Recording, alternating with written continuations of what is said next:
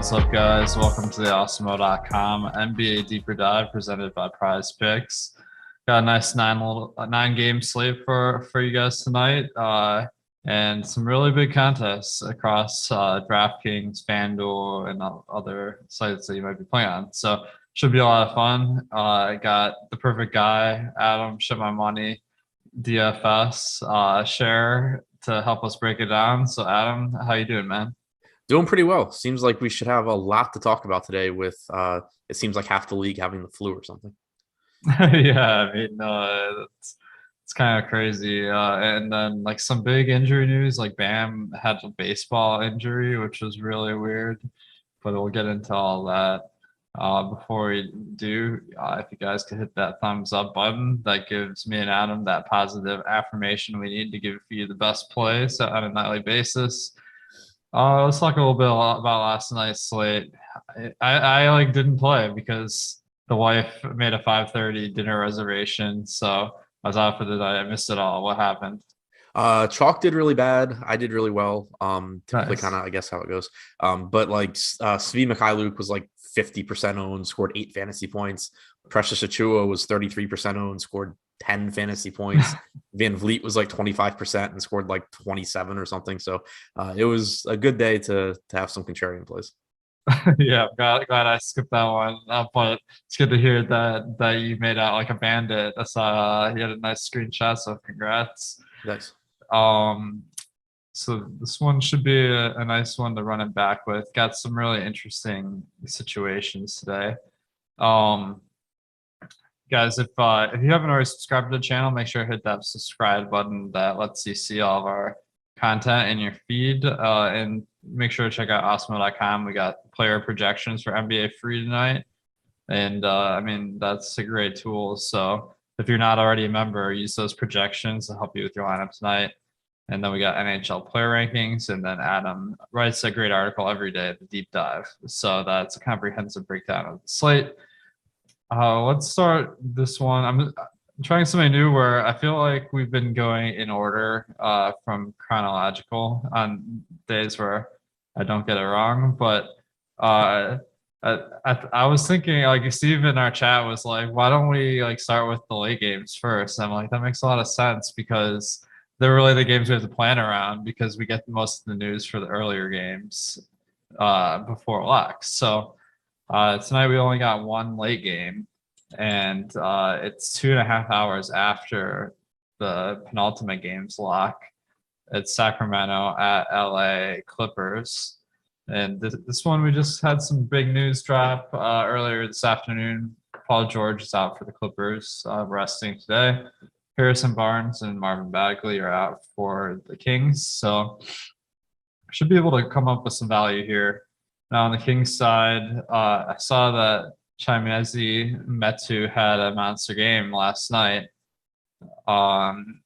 This is following like a couple of games where he, like last week, he got like DNP CDs for 2 games straight after Luke Walton got fired. Now he got the start with some guys out. He had a monster game, so he's one of the more popular plays tonight. How are you feeling about Metu tonight? Yeah, I think he looks good. We just got news, I don't know, a half hour or so ago that Harrison Barnes is out again tonight. So we still have we have Harrison Barnes out. We have Marvin Bagley out. Mo Harkless questionable. So the 2 big pieces there, Barnes and Bagley, I would expect Metu to remain in the starting lineup. I think there's still a lot of minutes available for him because not only are you removing Barnes, but you also have Bagley who's been backing him up. So, and at his price, you don't even need the 36 minutes he played last night. You know, obviously, if he plays 36 minutes again, it makes it even more likely that he does well. But he's averaged 0.95 DraftKings points per minute this year. He's 3,800 on DraftKings. He's 4,400 on FanDuel. If he even plays, 25, 26 minutes, it's pretty likely that he's doing at least, a serviceable job for his salary, if not better than that. And there's obviously upside for more, especially if Harkless were to sit as well. Yeah, that one's big because if Harkless is out, then the other power forward on the Kings is Lewis King. That's pretty awesome that his last name is the name of the team. But this is a guy that, like, he's basically like a replacement level player from what I understand. So Obviously, that will give Metu a lot of it'll really improve our minutes confidence for Metu, because in the previous two games where Harkless played, he got the start over Metu from what I remember. And a couple of those games, Metu didn't even play. So I'm like, is the coach's opinion of Mo Harkless versus Metu a lot different than the DFS players? So the problem is, because this game starts so late, we're not going to have any idea if Metu is not starting. Do you see that as a potential risk? I don't think so, since Barnes is out. I think that even if Harkless comes back, I think he starts in place of Terrence Davis. So you would still have Metu in the starting lineup. That's true. Yeah. I guess he did start alongside Metu the other game, so that's a good point. Regarding the rest of the Kings, are you seeing any value standing out with Harrison Barnes out? Yeah, potentially. I mean, Metu's the one that really stands out, but if you were to get Harkless out as well, then you can go back, I think, to a $3,700 Davis. Obviously not the safest spot to get to, but he is still inexpensive. And then you also have a really cheap price tag on Davion Mitchell. He was injured, went to the locker room last night, but he came back into the game. He is not on the injury report at all tonight, so I'm expecting it to be same as usual for him. There's a path to 26 minutes for him. He played 24 last night, but again was dealing with that injury. I think there's a pretty decent chance that you're getting 26, 27 minutes from Davion Mitchell at 3,600 on DraftKings as well. Again, there's more minutes to go around if Harkless happens to not play too, but that's just a really cheap salary on him. So I think him and Metu look like reasonable values. Davis looks like a reasonable value if Harkless is out. One of the things I'm seeing here is that Holmes is standing out in our projections, and the reason why is because Bagley is out. So Bagley had been playing some of the center minutes. They kind of had been doing a little bit of a three-man rotation with Holmes, Len, and Bagley. But now that Bagley is out, it's a two-man rotation between Holmes and Len, unless Damian Jones, they want to play him. He got the MPC last game, but do you think that improves Richaun Holmes' outlook, or is that a non-factor? I don't think it's a huge factor because Holmes was out for a lot of those games too. But I do still really like Holmes here, because the way I'm looking at it is, for most of the season under Luke Walton, he was playing 28 to 30 minutes. He's averaging well over a fantasy point per minute. Even at 5,800 on DraftKings, 6,700 on FanDuel, if he plays 28 to 30 minutes here, he's likely to have a good game. But last night was his first game with Alvin Gentry as the coach, and you got 33 and a half minutes. And then there were also about 2.5 minutes of garbage time. So if that game comes down to the wire, you're looking at like 36 minutes there for Richaun Holmes. I don't know if that is a function of just, Barnes and Bagley being out, but we know that they're out again tonight, so it doesn't really matter. I don't know if that's, going to be a consistent plan going forward, but we've gotten one game now with Gentry and he played a ton of minutes. So I think worst case is you're getting, 28 to 30 minutes from Holmes and he looks good. Best case is you're getting several more minutes than that under the new coach, and it just would make him completely mispriced. Yeah, that's what I'm thinking, is that he could be averaging 30 minutes a night, at least while Bagley is out. And with that kind of outlook, he looks like a positive value, Richaun Holmes. So I'm kind of interested now. Definitely not a play I have a ton of confidence in, because Holmes is a little bit foul prone. He averages 4 per 36, so easily can get you in trouble there. Now, on the Clippers side, we have Paul George out, so I'll start there. Who do you expect to get the start tonight in place of Paul George? Yeah, so I'm expecting that Amir Coffey gets the start. You're going to have Marcus Morris back. We've kind of just been getting those like random spot starts from Coffey pretty frequently this year, and he can play multiple positions. So he's my guess, and it helps them keep that second unit in check. It wouldn't be shocking if you got, Luke Kennard in there, or even Terrence Mann, but I think that Coffey's the best bet. And then you probably just have a closing lineup that features either Mann or Kennard in place of George. That one, I'm kind of thinking that Coffey comes off the bench. I mean, I don't have a ton of confidence in this, but Morris does play the 4, and if they start Coffey, I guess they would have to use Ibaka as the backup four. I guess it depends if they want to play Ibaka at the four. Like usually he plays a five, but in the last game he did play minutes at the four. So Well, they have Winslow too. yeah, but Winslow hasn't played in a bunch of games. In the last game, Ibaka, Zubats, and Hartenstein combined for more than 48 minutes. Yeah. So they definitely played some really big lineups. Obviously, I don't know that's for sure going to happen today, but that was definitely interesting. But regardless, I think that you're going to see a lot of production for some other guys in the Clippers because Paul George, he gets a lot of usage, he gets a lot of assists. So who's standing out to you the most on the Clippers?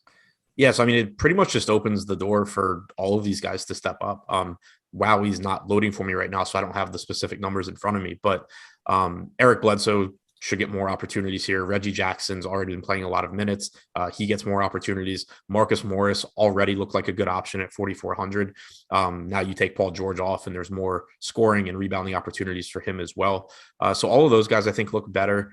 Zubats potentially has more secure minutes, like you were saying, if they're willing to play Ibaka at the four, it potentially, with George being out, would open up more minutes for Zubats with, Hartenstein backing him up, and then Ibaka, maybe just solely playing the four here. So I'm not as confident in Zubats' minutes as I am in guys like Bledsoe and Jackson and Morris, but I think it just opens the door for all of those guys to look better than they would have before. Then you also have Terrence Mann and Luke Kennard. I wouldn't play them together, I don't think, but I think there's a very good chance one of them is in the closing lineup. Nice. Yeah, definitely. It seems like it's going to be really tough to peg who gets the closing minutes here because between Jackson, Bledsoe, Mann, and Kennard, like they're pretty much interchangeable. Like I guess Bledsoe and Jackson are the most likely to close. They're also the guys that should benefit the most with George being out as far as ball handling. So are they priorities tonight, Bledsoe and Reggie Jackson? Yeah, I think so. I mean, Jackson's averaged about 35 minutes per game this season anyway. Bledsoe's playing time has been a little bit more inconsistent, but he's also really inexpensive. And there's just more shot volume for both of those guys now. If the Clippers are going to score, like you just expect a lot of it to come from Jackson and Bledsoe. George has been, heavily involved as a playmaker this year as well. So it makes it so guys like Jackson and Bledsoe, not only do they get more usage, but they're not as scoring dependent now either. Nice. Yeah, I think they're standout plays. So the main reason that I want to start with this game is this is really gonna guide our late swap strategy tonight. Because if you want a late swap in this game, you're gonna need like several players in it to really have that flexibility.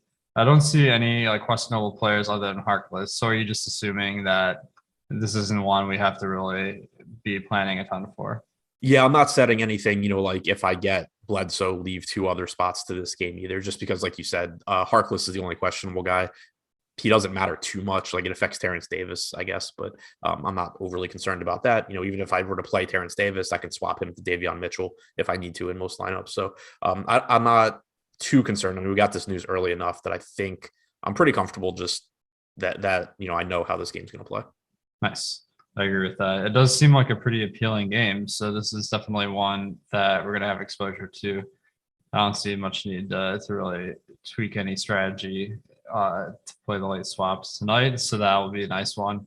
Since all the other games lock within an hour of the first tip off, late swap probably is less of a factor tonight, but we'll see if there are any situations that it is going to possibly come up.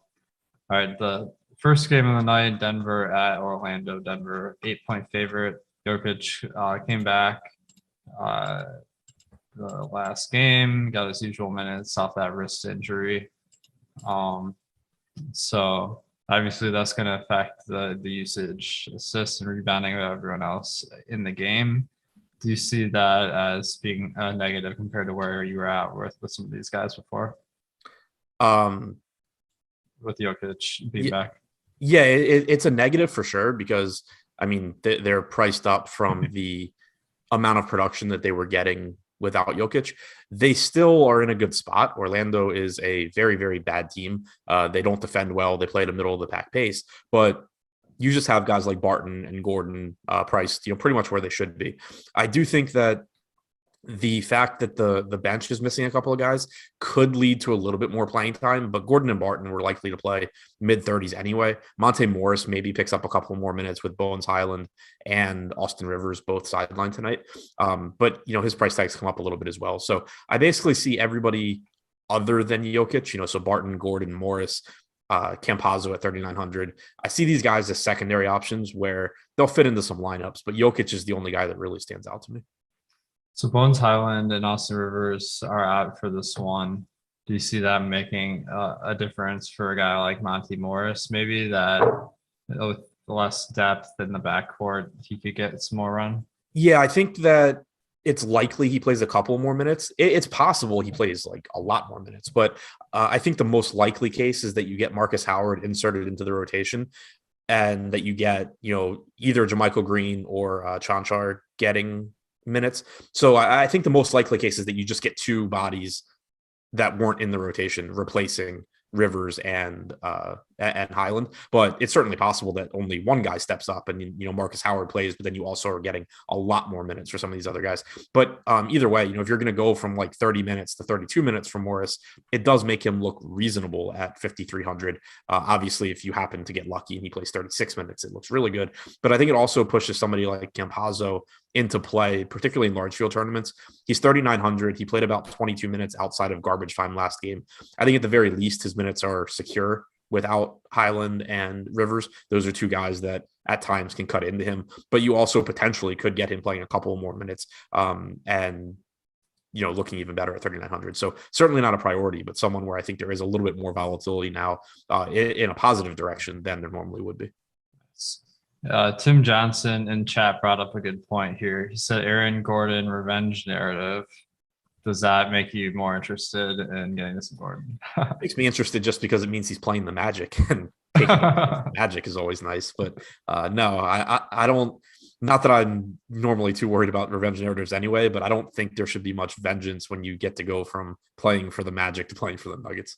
Yeah, Gordon has been playing a ton of minutes recently with some of the injuries, so he had been kind of topping out at 30 minutes with everyone healthy like last season, and he's been more in the like 35, 36 range. That's pretty encouraging, but the price has gone up to kind of compensate for that. On the Magic side, we have Jalen Suggs. He's out for this game. I think he's out for a while with some injury. So that's going to open up some minutes. However, Cole Anthony is expected to be back. So obviously, like that minutes wise, is going to keep everyone else pretty stable, I'd say. Do you see that being pretty neutral as far as getting Cole Anthony back and losing Jalen Suggs? Yeah, I mean, I think you're going to see very similar rotations. I do think you can count on Anthony to play more minutes than Suggs on average, although there's, certainly the potential he's somewhat limited tonight after missing 11 days. But, you're just not – Cole Anthony's really good. Jalen Suggs is not. So there's times where Suggs, kind of gets benched in game because he's just not shooting well and they have plenty of other guys to go to. That doesn't really happen with Cole Anthony because he's good. So it potentially takes a little bit of playing time away from just the cast of backups on Orlando. But overall, I think you can essentially just look at how the rotations went previously when Anthony was out and, replace Suggs with Anthony basically. Yeah. So that seems like some of these guys have actually been pretty steady fantasy plays with Wendell Carter Jr., Mo Bamba, and Franz Wagner, like kind of leading the charge for the Magic. Tougher matchup tonight versus Denver, but how are you feeling about the regulars here? Yeah, I think the ownership plays a big role for me here because this is a pretty unappealing spot. Denver is not bad defensively, and they are one of the slowest teams in the league. On top of that, Orlando, we know, just isn't very good, but there is still some reasonable pricing here. Wendell Carter Jr. getting 14% ownership on DraftKings at 6,300. I think he looks like the best option when you factor in the salary. The ownership there makes sense.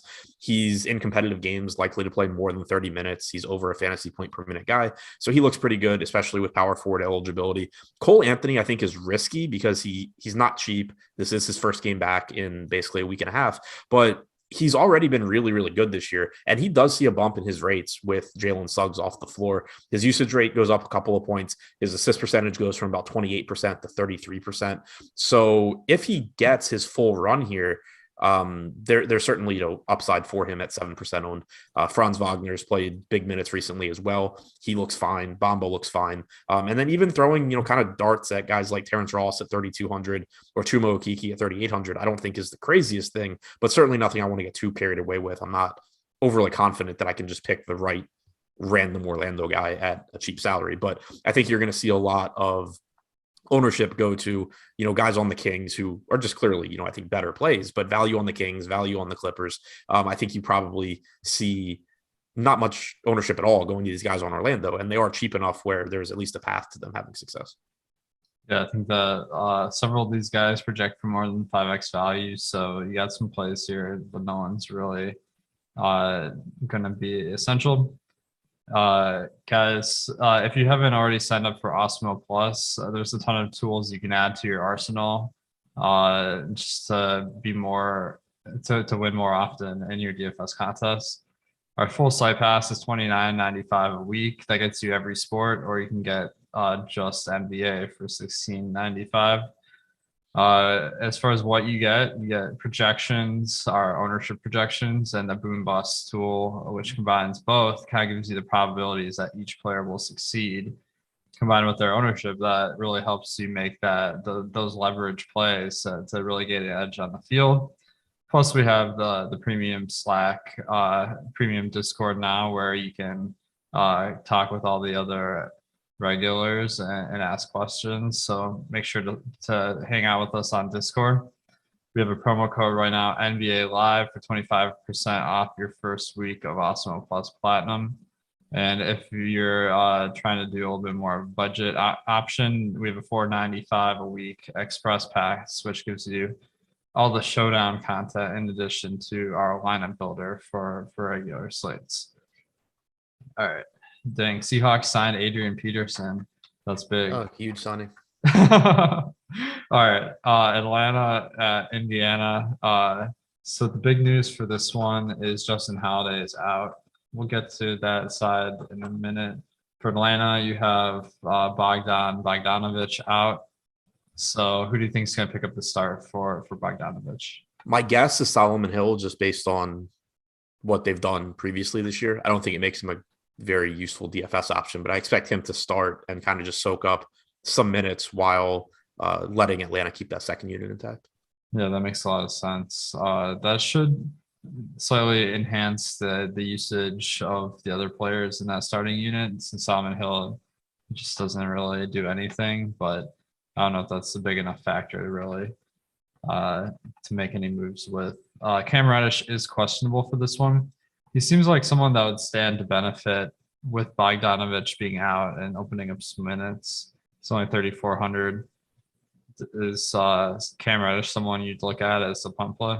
Yeah, for sure. Especially on DraftKings at 3,400. He's 47 on FanDuel, so it's more difficult to get there. But even coming off the bench, I think it's likely, if he's able to play, that he could be in the closing lineup, and it's likely that you get, at least 26 minutes or so from him at 3,400. I mean, it's just difficult to find guys that are likely to play that many minutes and that aren't afraid to go out there and shoot. Cam Reddish may not be the greatest player, but he's, I think, pretty clearly underpriced on DraftKings. Also has guard forward eligibility, which is really nice. So if he's able to play, I think he looks like a really good value. Nice. He should definitely pick up some extra minutes with Solomon Hill kind of playing limited minutes as a starter. That seems like he could just sub in pretty quick. So I'm kind of on Cam Reddish tonight if he plays. Now, Kevin Huerter is someone else that should get more minutes. He played about 37 in the last game, which, that's a lot. So how does Bogdanovic being out affect your opinion of Huerter?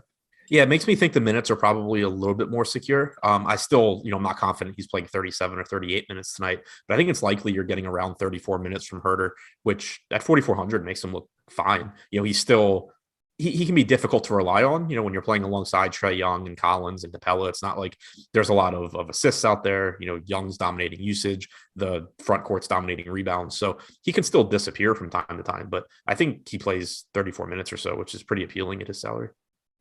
Now, Tim makes a good point in chat. Cam Reddish is legit questionable because he has a sprained wrist. He came out of the game early last game. Yeah.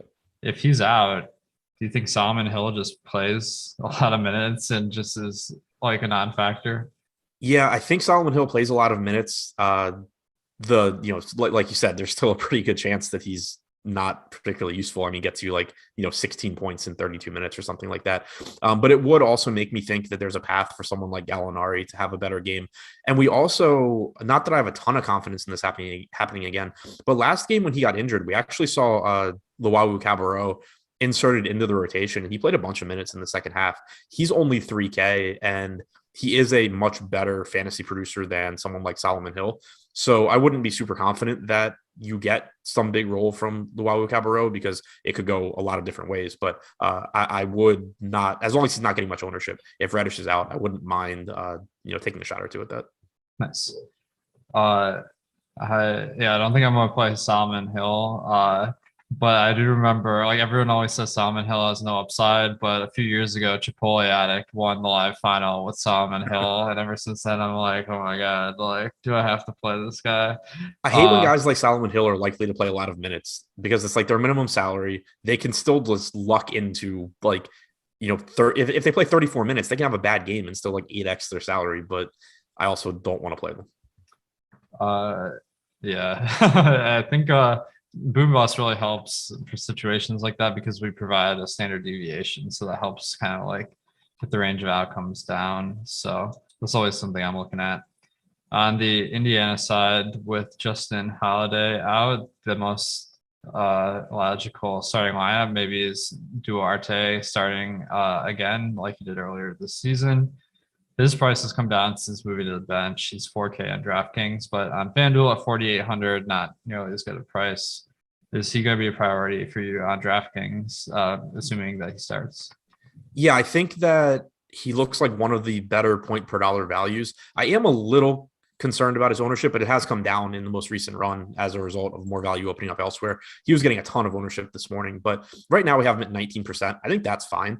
The concern that I would have with Duarte is he's not likely to do a whole lot if he starts from a per minute basis because he still has to share the ball with LeVert and Brogdon and Sabonis.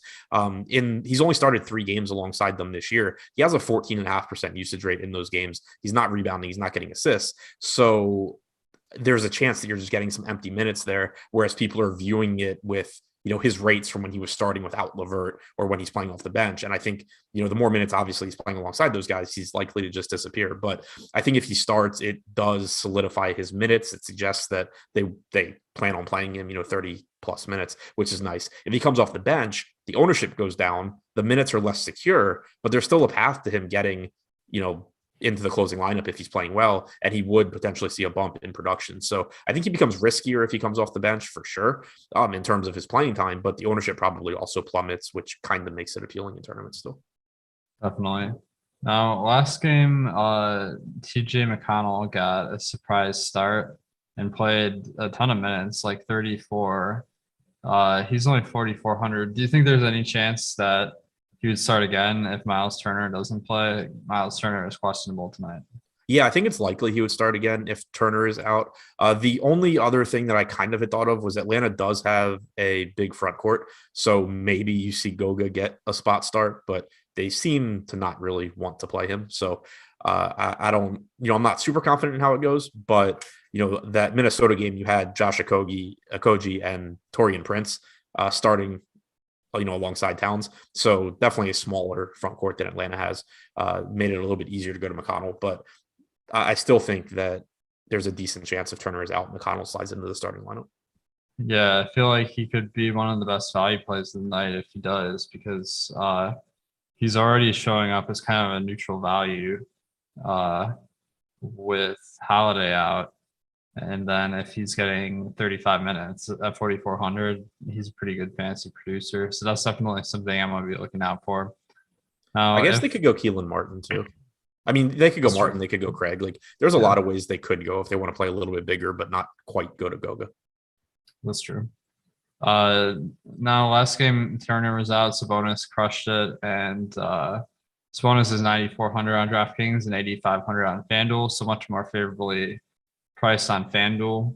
How How much does that move the needle for you if Turner's out with regards to Sabonis? Yeah, I think Sabonis will look a lot better if Turner's out. I think he's fine even if Turner is in, just sort of as like a secondary option.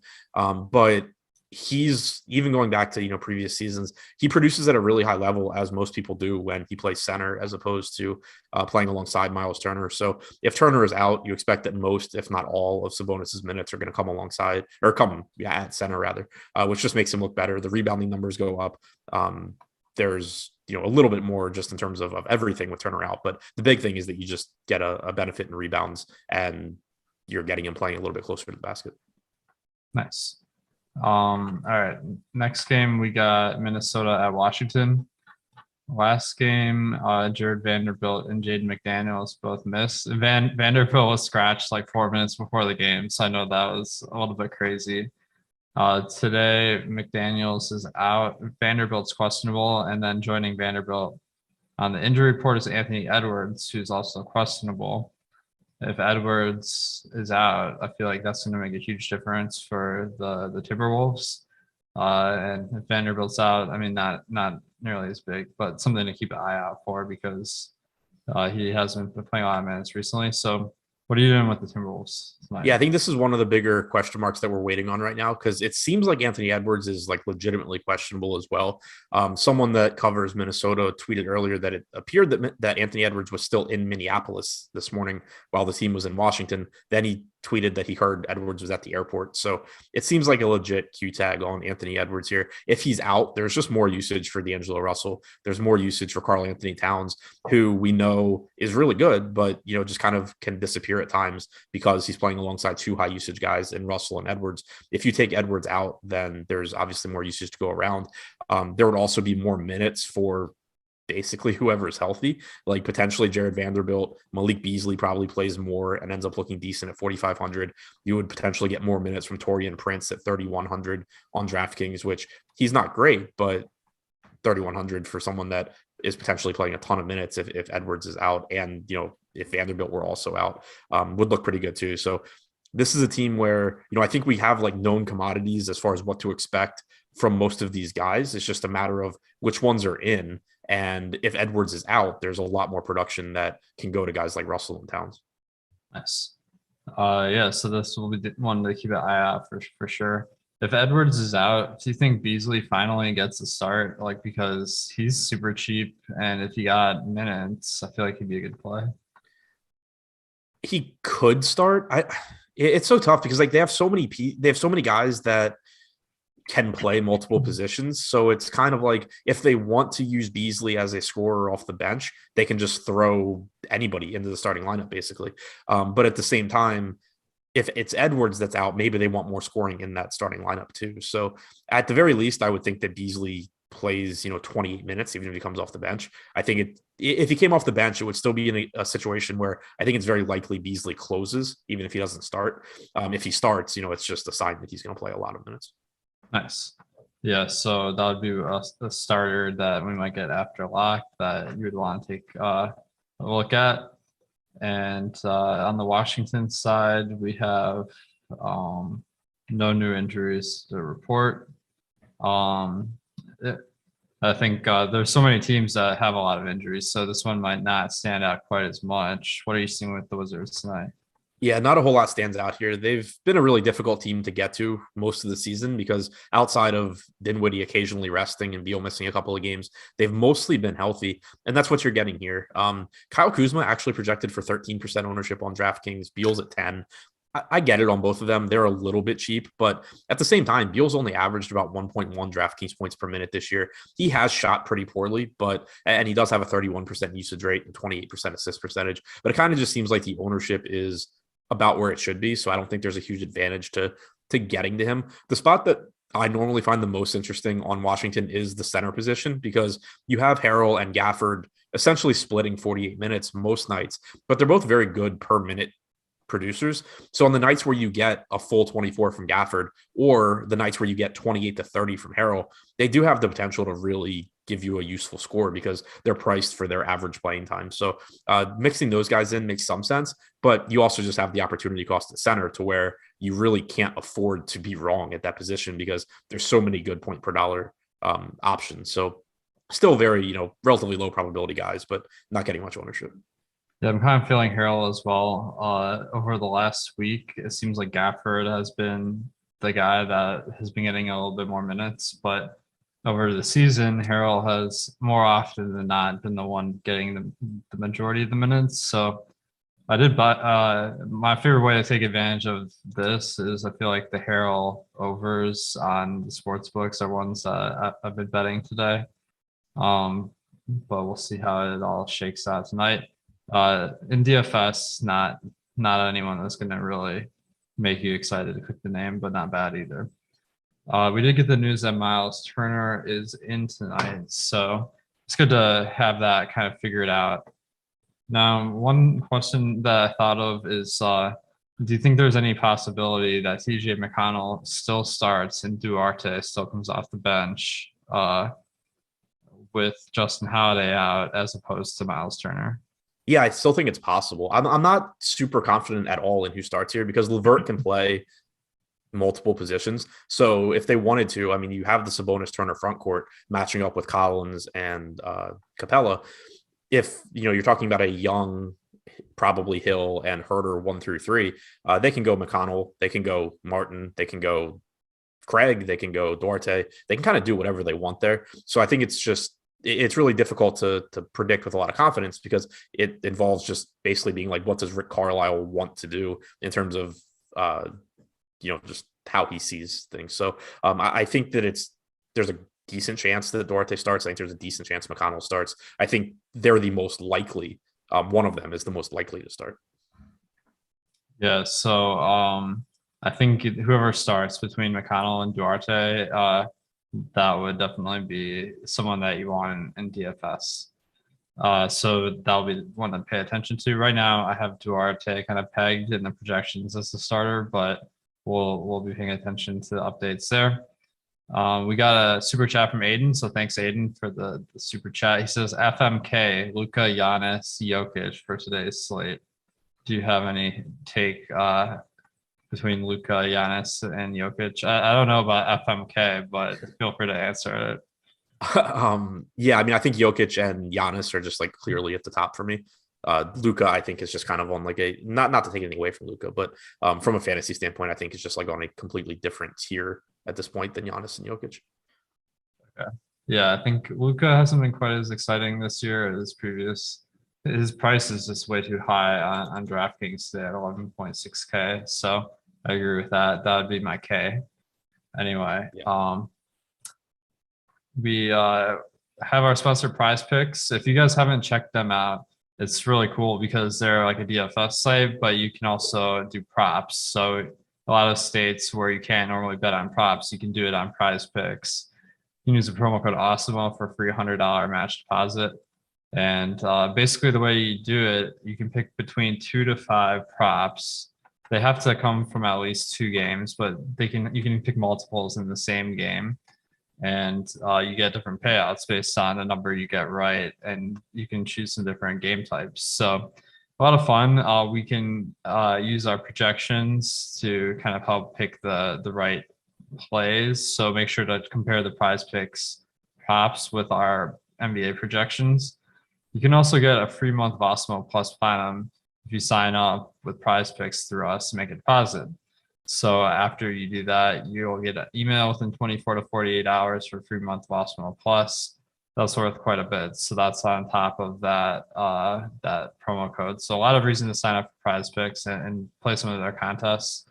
Now, what props are you looking at tonight on Prize Picks? I like the first one listed there, Jokic, 24.5 points. It's just, I think there's multiple ways for him to get there. There's obviously some chance that this game's non-competitive, but if it's not, it's probably because Jokic is going nuts. He's just been such a high usage guy without Michael Porter Jr. this year. His usage rate's around 35%. He's playing one of the worst defenses in the league. I just think Jokic absolutely smashes Orlando. Nice. Mine is Wendell Carter Jr. rebounds. Prize Picks, they have 8.5. That's also the line I've been seeing on most books today. But he's averaged 9.6 rebounds this season. And I don't really see any reason why he would be much under that tonight. So I do feel like that prop is based too much on last year's data where he averaged 7.8, or he averaged 8.2 last year, but he's up this year. This is a stat that really doesn't take long to get a really good pulse on. So I'm taking the over on 8.5 rebounds for Wendell Carter. All right. Let's go to Philadelphia at Boston. On Philly, yeah, pretty much everyone healthy. I guess. Okay, so last game, Shake Milton came back. That seems to really have impacted Tyrese Maxey's minutes because he only played 31 closing the fourth quarter for the whole game. So it seems like Milton coming back is really like they don't have any reason to play 2 point guards at once at the moment. So I've been taking a lot of unders on Maxey. What's your read on that situation? I don't know if it matters a ton for DFS. Yeah, I mean, that's how I see it as well. You just have essentially a full rotation now for the Sixers. Like, Korkmaz is going to play minutes, Thibault, Niang, Milton, these guys are all going to play. It's pretty unlikely any of them DNP. And as a result, there's just not as many minutes available. Like Seth Curry's still going to get his. So it's just likely you're getting 30 to 32 minutes from Maxey as opposed to the 38 plus he was playing for a long time. Nice. Do you see anyone that's really relevant in DFS on the Sixers today?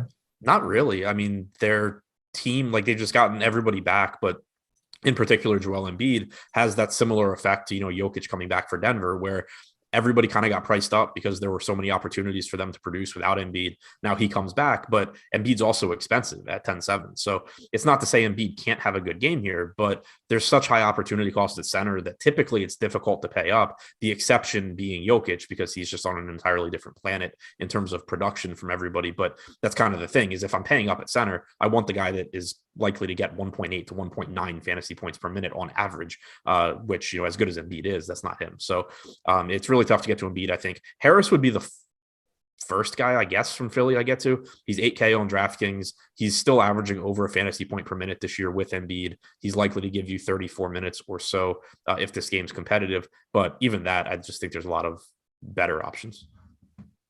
Agreed. Yeah, I think hard to get to when he's only averaging, in the low 30s a night, and he's got that price tag.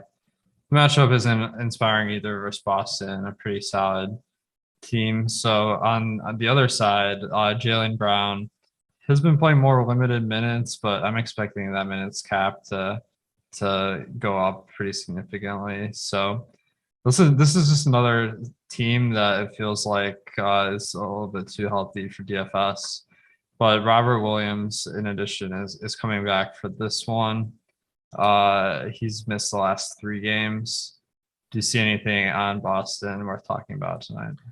Not really, especially now that we have gotten some teams, some value opening up. It was a little bit different this morning when it was just like, man, the pricing on the slate's really tight across the board. But now with more value elsewhere, it just makes these guys look relatively worse. In tournaments, there's certainly a path to success for Robert Williams, but even at that price point, I would rather go to Miles Turner. I think I'd probably even rather take a shot at Montrezl Harrell before Williams. Dennis Schroeder at 6,300 is okay, but he's losing minutes and production as well with Jaylen Brown being back. I don't really see much of anything from Boston either. Yeah, agreed. I do see Jaylen Brown as questionable, so we'll keep an eye on that. But he's been listed as questionable for injury management for the last 4 games, so it's hard to really anticipate that meaning much. All right, Cleveland at Miami. This one in chat. Minatos was just mentioning how Bam is out. I think that's going to be a key injury on tonight's slate for sure. I guess he had some thumb injury that's more common in baseball, like a UCL, which was is going to take him out for like 6 weeks because he just had surgery. So that I guess we're going to have to get used to playing some Dwayne Dedman, huh?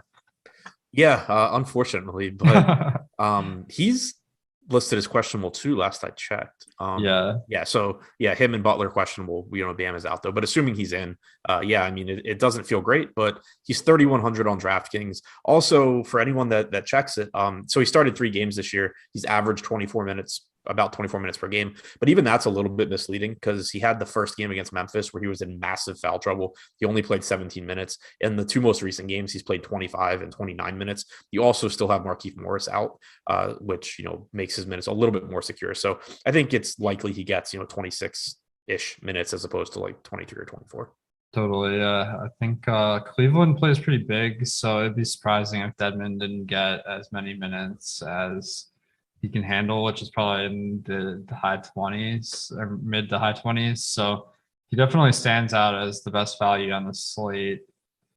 Maybe coming close by a few players, but the center position does make it a little bit tougher from a roster construction point. But how would you rank him as far as top plays on tonight's slate?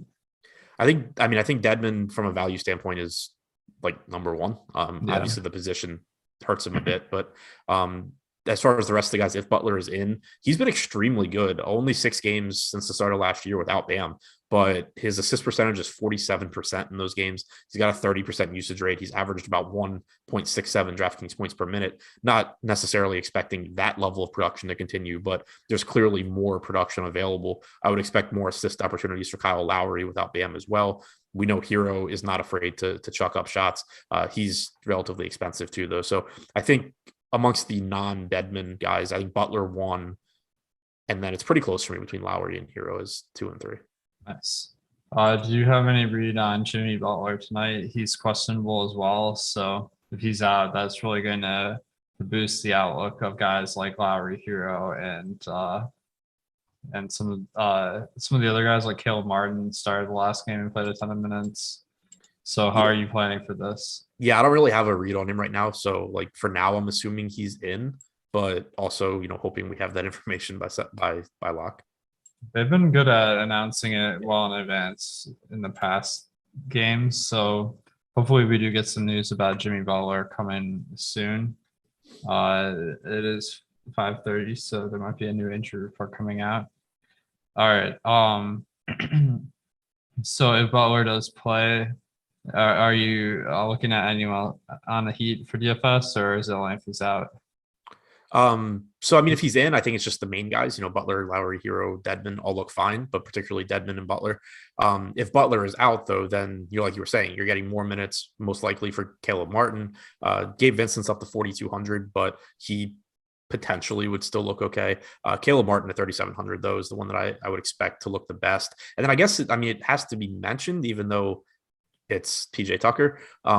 There's a good chance he ends up being the backup center here. And so that should improve his rebounding opportunities. It's still a very low usage player and all that, but, makes him look a little bit better. We also just got Cam Reddish ruled out. Anthony Edwards and Jared Vanderbilt will both play.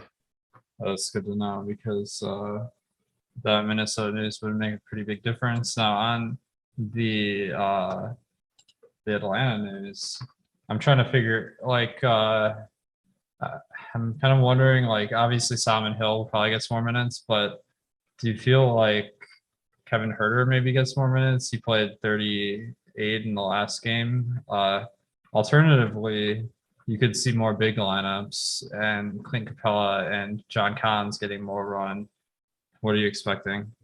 Yeah, I don't think, I'm not going to say I think Huerter gets more than 38, but I think that it kind of just makes that 34 to 35 minutes feel very secure for him, assuming nothing weird happens. I do think you get a lot of minutes. You've been seeing it recently anyway, but a lot of minutes for Capella and Collins. I kind of forgot to mention it when we talked about Atlanta, but I do like Collins quite a bit at 6,900 on DraftKings.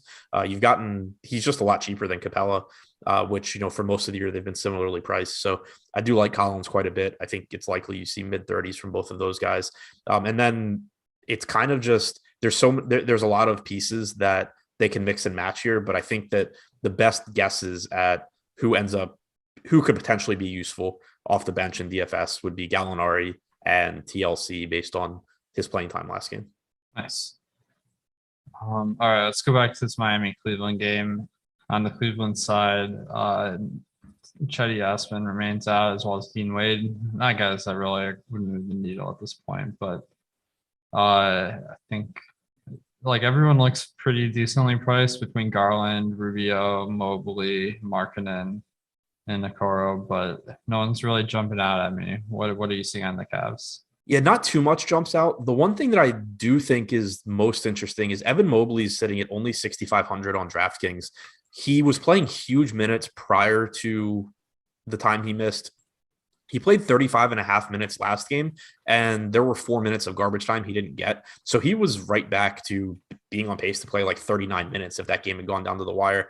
And that's in line with what we were seeing earlier this year. He's around the fantasy point per minute guy. If you're going to get like 36 or 37 minutes from him at 6,500 and not much ownership, I think that is pretty interesting. But other than that, not much stands out to me from Cleveland.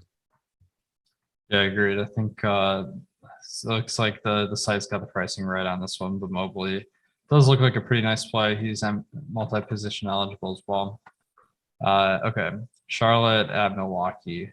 I just saw a question in the chat about Demarcus Cousins and if he was playing tonight. I'm seeing that he's not. Do you have any insight on what's going on with Cousins? I haven't seen that he is. Yeah.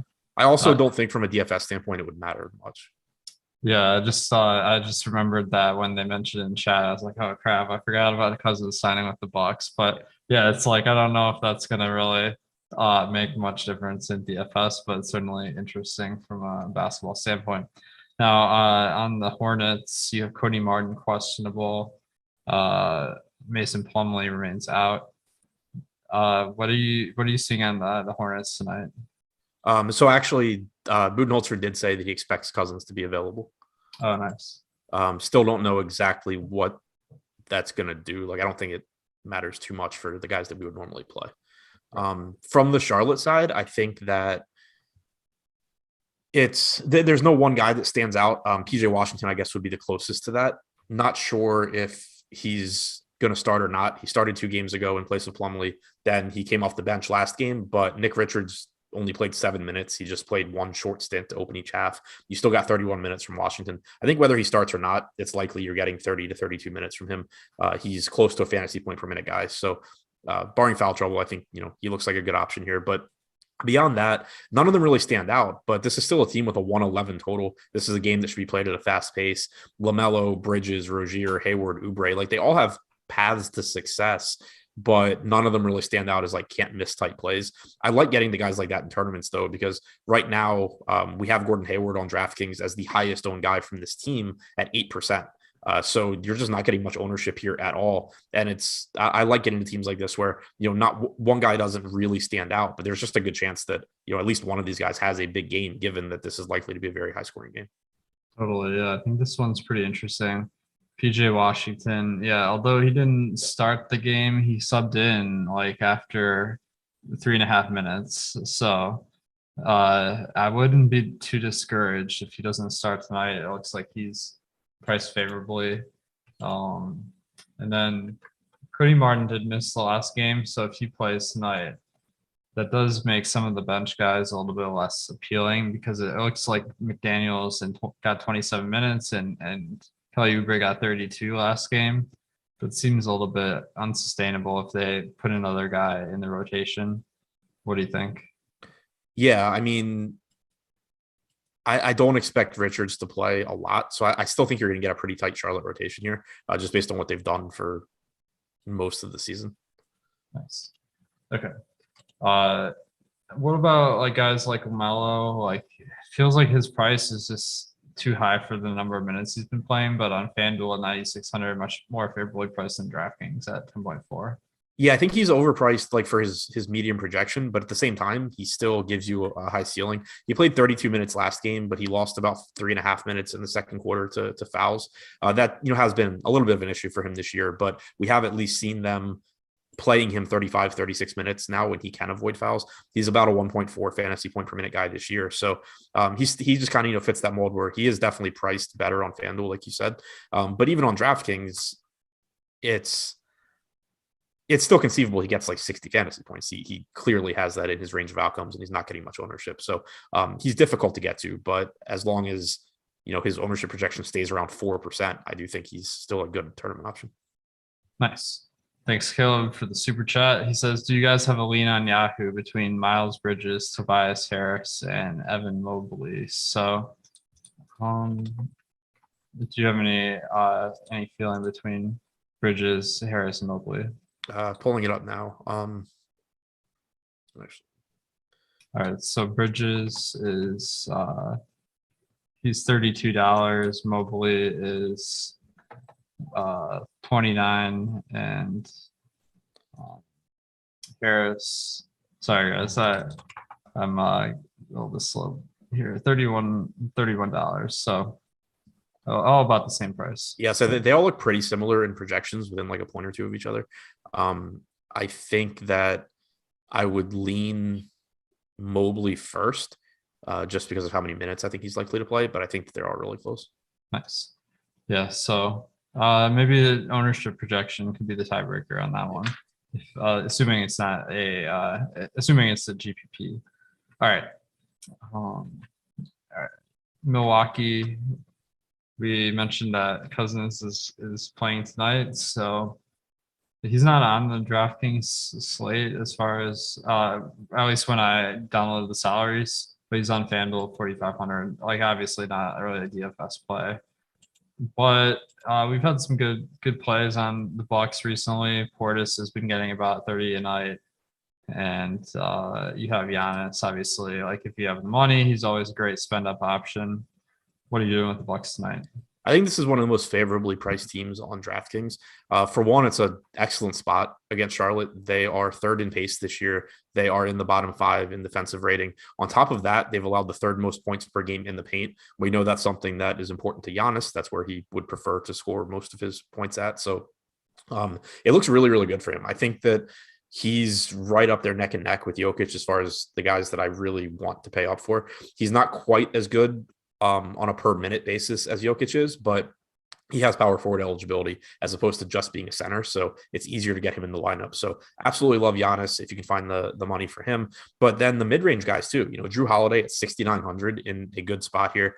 He's likely to play 32 to 34 minutes if this game's competitive.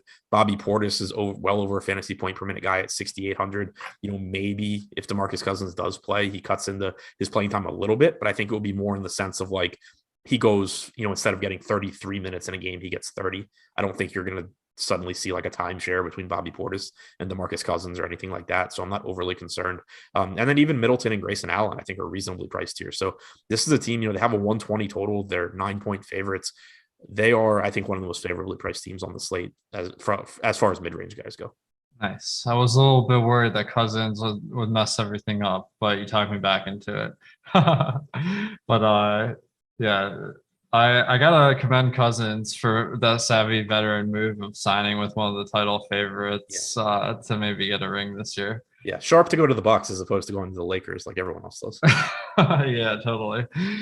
Guys, we have the Avatar contest running every single night. So if you want to participate, go to awesemo.com/avatar and download it, put it up on DraftKings or FanDuel or other sites. If you get in the top 3 of a tournament with 5,000 or more entries, you can tweet your win at Awesemo HOF to win a free month of Awesemo Plus.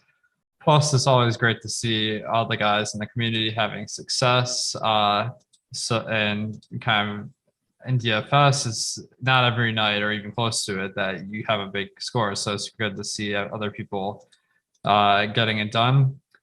First, we have Jordan Weber. He said big hit last night. Appreciate all the help. He finished 3rd in the zone contest for a K. So congrats to Jordan. It looks like he only had 3 entries. So that's the MME tournament. Pretty tough to pull off. We had Coleman Card. He said, good night. Thanks, guys. Slate starter, the process, contenders, all of it. Clearly, Coleman's up early watching Josh Engelman at 5:30 a.m. And it paid off with first in the pick and roll for $2,500. Crazy ROI for Coleman. Congrats. Sean's on. He does a lot of work at Awesemo behind the scenes, including on our projections. And he had a killer round robin bet on DraftKings the other night where he bet 5K and it paid out 150K. What a round robin is, it's kind of an underrated way to bet where it's you can bet a ton of parlays at once. So he bet all the 5 leg parlays of these 8 bets Fortunately, he hit all 8, so the ROI was insane. But make sure to check out our player props tool. It's free for the moment, and you can get all of our top bets from the NBA projections. All right, B. Henry 14 finished first in the and one, the $1 contest. So congrats to B. Henry. Corey Santos, he played 4 lineups in the night slate at work, hit first and second on the single entry. That's pretty impressive with 4 lineups, and he said he did it at work, so kind of making money twice at once. So shout out to Ship My Money DFS. I'll listen to his analysis on the daily. Congrats to Corey.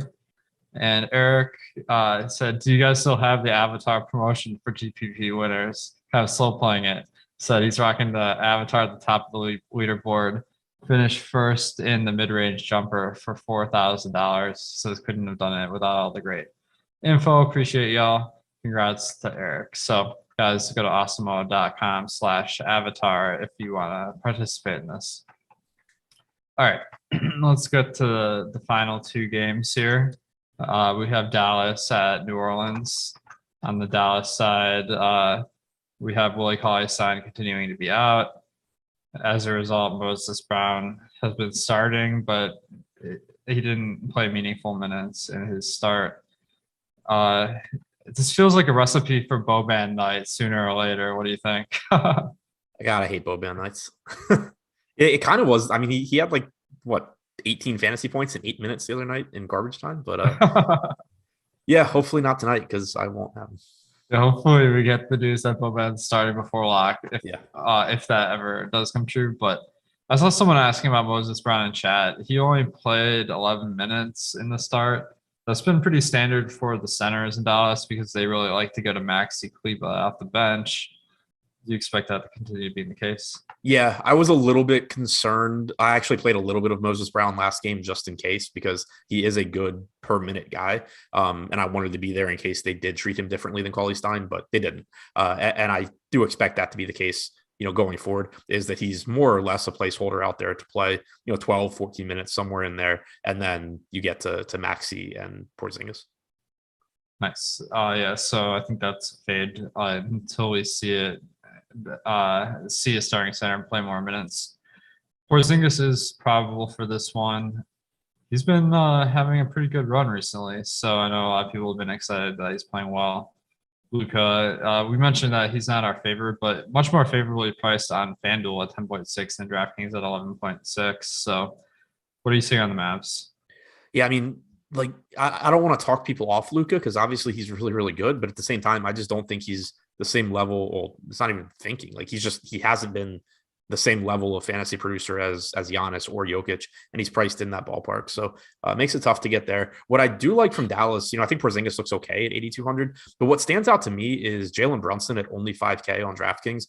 He only played 22 minutes last game in his first game back, but that was also a game that Dallas lost by 18. So he most likely lost a few minutes at the end. It's likely he does close this game out. He's averaged about 27 minutes per game in the games he's played with Luka and Porzingis this year. He's averaged 0.9 DraftKings points per minute. I think his relative value definitely has gone down throughout the day because of the emergence of other really good value plays elsewhere, but that also should drive down his ownership a bit. And I think he's just kind of, he weirdly got a lower salary just because he missed a couple of games. So I do think he's underpriced here against one of the worst defensive teams in the NBA. Jaylen Brown is in tonight, so nothing unexpected there. Yeah, I like that call.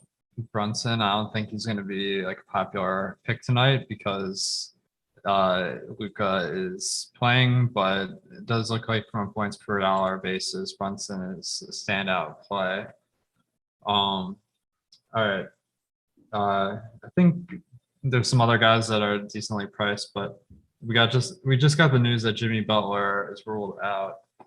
Let's get back to that now, I guess. So with Jimmy Butler out, we've been seeing Kyle Lowry play more minutes. I think that it's possible. Do you think that Tyler Hero gets a start now that Butler is out and he's probable?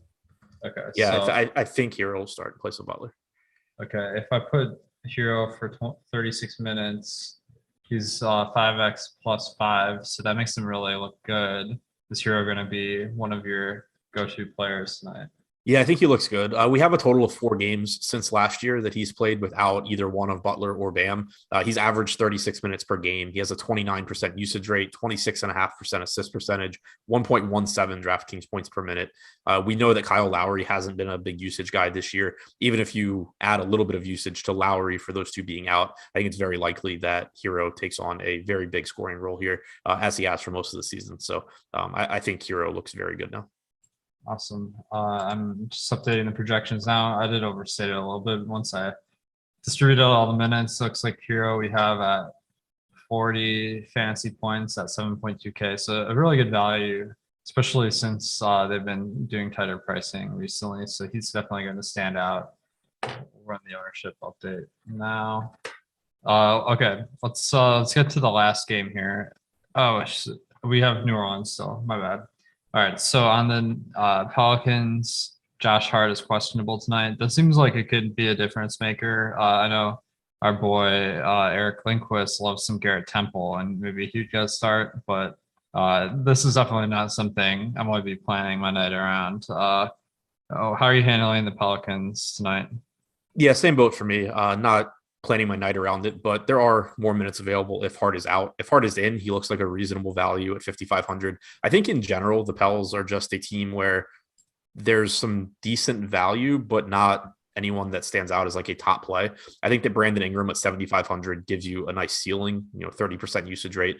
But there's, guys that look a little bit better. You have cheap price tags on Alexander Walker and Devontae Graham. They are hit or miss because they are competing with guys like Ingram with Joval for production, but they're really cheap. And if they're playing well, you easily can get 32 minutes from someone like Graham in particular. Herbert Jones has been playing a lot of minutes, not a great fantasy producer though. And then Joval, a very good fantasy producer, around 1.25 DraftKings points per minute this year. His playing time has been kind of questionable recently, but I think that was mostly just blowouts and foul trouble. We finally saw last game, a game where he wasn't in foul trouble and it was a relatively close game.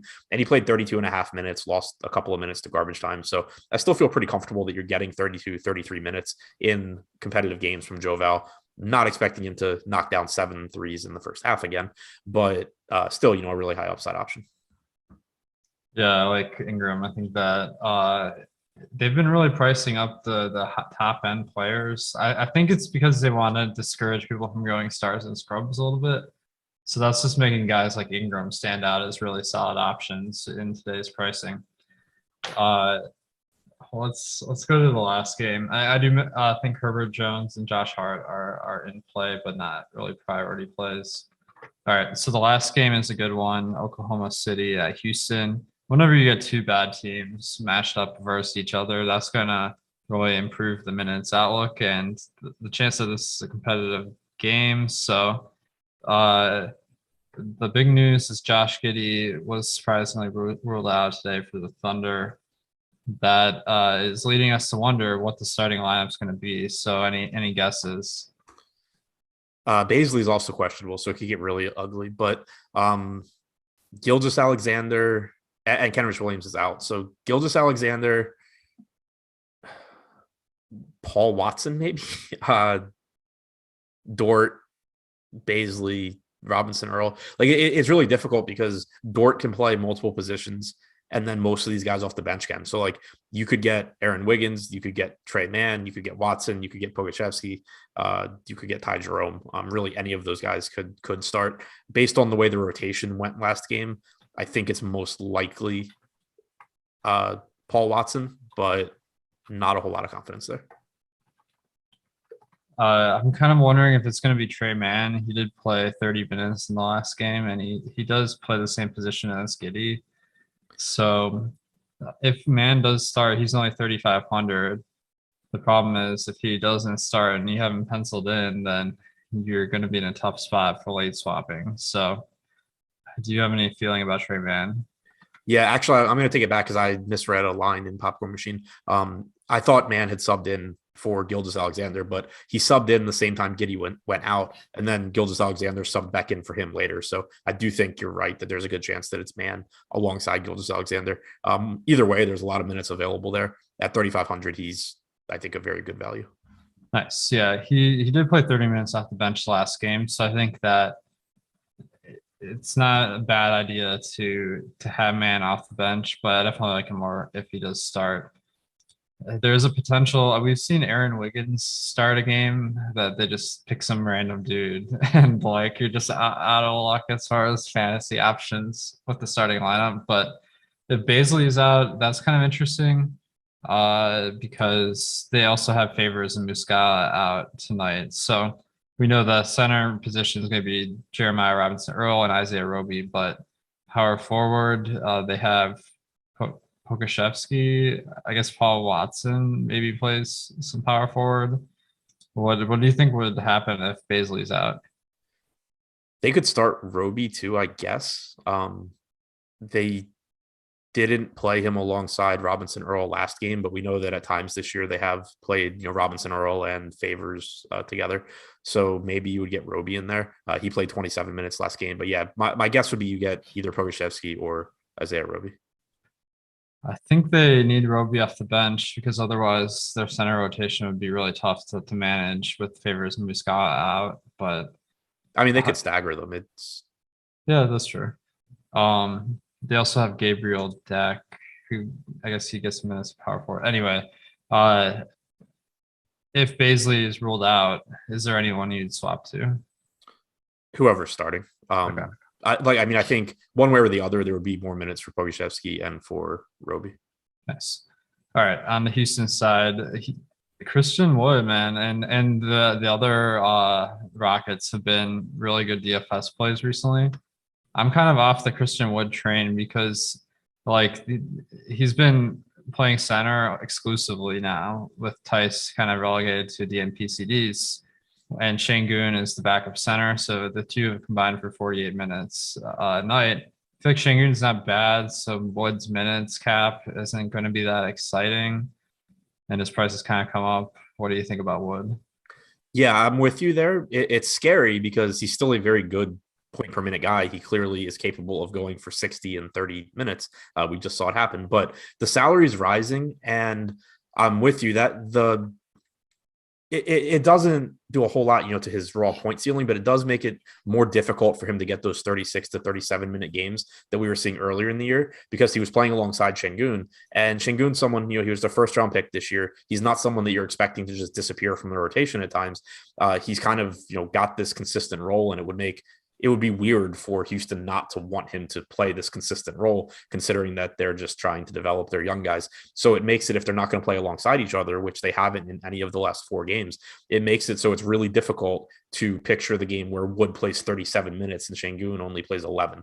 It's a lot more likely that you just keep getting like a 32 or 33 minute split in favor of, Wood, and then 15, 16 minutes going to Şengün. So it does make it at the rising price tag and still getting some ownership. It makes it really difficult to get there, especially on DraftKings. He only has center eligibility as well. It would be a little bit different if you were a power forward, but you have that opportunity cost in addition to the rising price and the decreasing minutes. Agreed.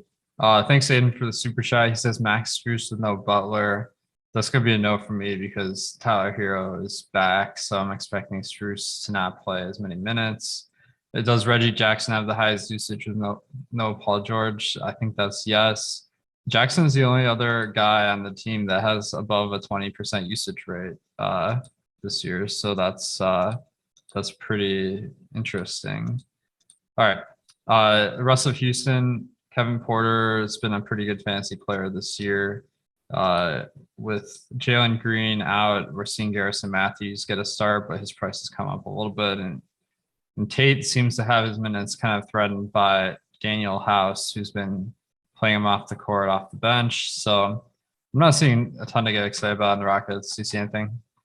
I like the salary on DraftKings for Jae'Sean Tate. I think that he's likely to play, 30 minutes or so. He's 5,400. He's been about a 0.9 fantasy point per minute guy. I still like Kevin Porter at 7,400. I think Eric Gordon looks okay at 5,100, but I do think, just kind of relative to other spots on the slate, Houston's not as appealing as they were earlier in the day, but they do still have a lot of good options. I think also Armani Brooks at 3,500 is worth pointing out. He played a bunch of minutes off the bench last game. Doesn't necessarily have to be the case again today, but he got 24 minutes. He's 3,500. I do think though, guys like Trey Mann on the other side of this game are better. Awesome. Yeah, it should be a pretty fun game from a fantasy perspective. So definitely one you should be looking at. Guys, we have a whole another hour of content coming up with Eric and Greg on Live Before Lock. In the meantime, if you can hit the like button and subscribe so you can keep up with our channel, much appreciate this. Notes, more emphasis on subscribe, improvise, make it natural. Got it. All right. Thanks guys for tuning in. Thanks Prize Picks for sponsoring the show, and stay tuned. We got another hour leading you all the way up to lock.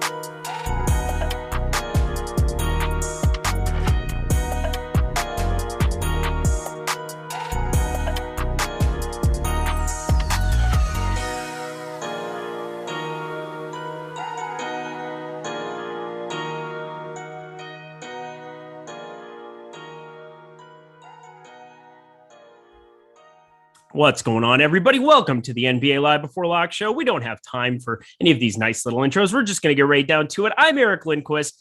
This is, of course, the Live Before Lock show presented by Prize Picks. Very excited to be here with you again today. Great to be back in my home base at home. I'm not going anywhere. Greg Ehrenberg. He's going to be the guy, though, that's sitting sidecard alongside with me, helping me host, helping me do all the things that he does so well here at Awesemo.com. Not just analysis, but giving you all of the great ingredients for bets, giving you all the great ingredients for putting some of the best plays of the day, being able to react to news as it happens, getting your futures in. I don't know. I'm just trying to sing his praises because I found out he has more pull in my life than what I thought he did. Greg Ehrenberg, how you doing, my dude?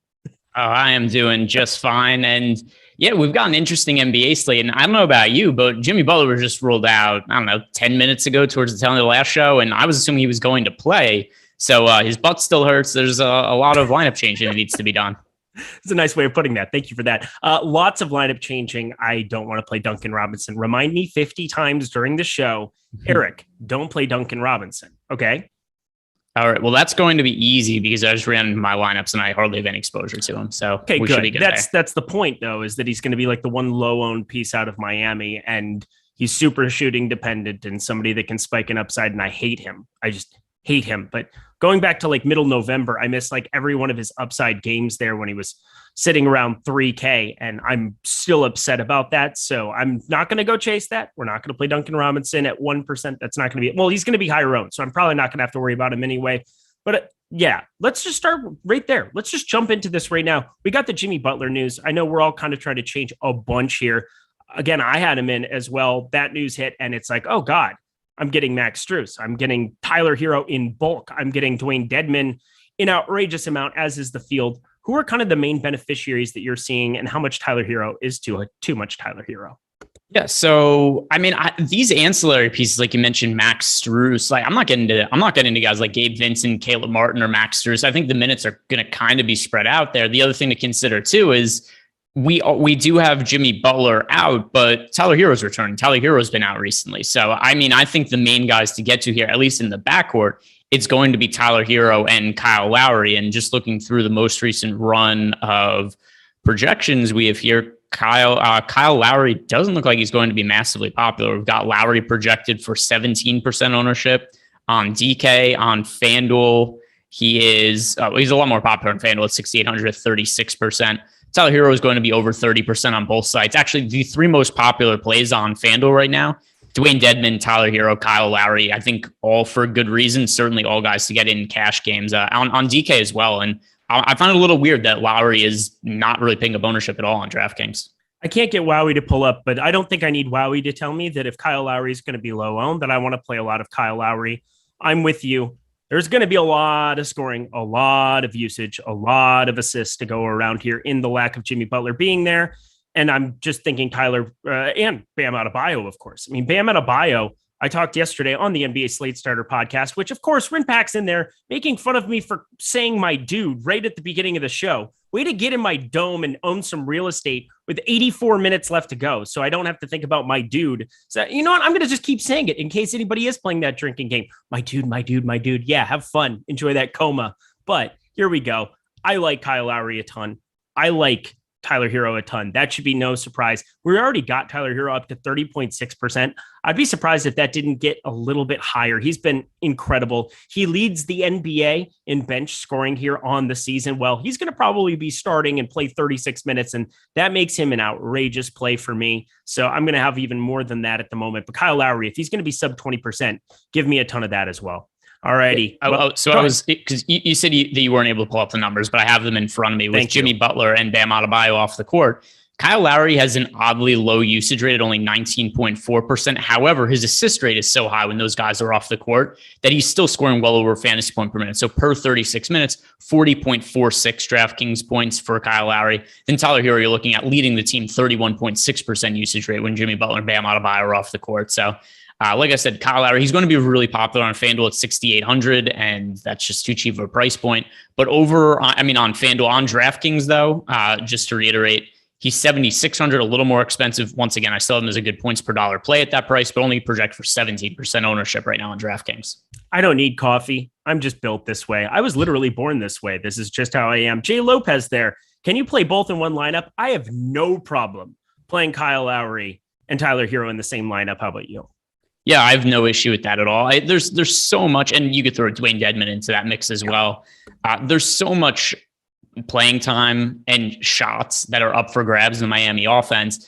And then also just look at the price points and how these guys are going to score their fantasy points. Kyle Lowry is going to be some scoring and a lot of assists. There's also going to be steals mixed in that. Dwayne Dedmon is going to be a lot of rebounding, blocks, some points as well, where Tyler Hero is going to be primarily from shooting and points. So there's ways for all three of these guys to get there while they're not stepping on each other's toes too much. Trevor Cole Savage. Nice call on Spee yesterday, idiots. Are you kidding me?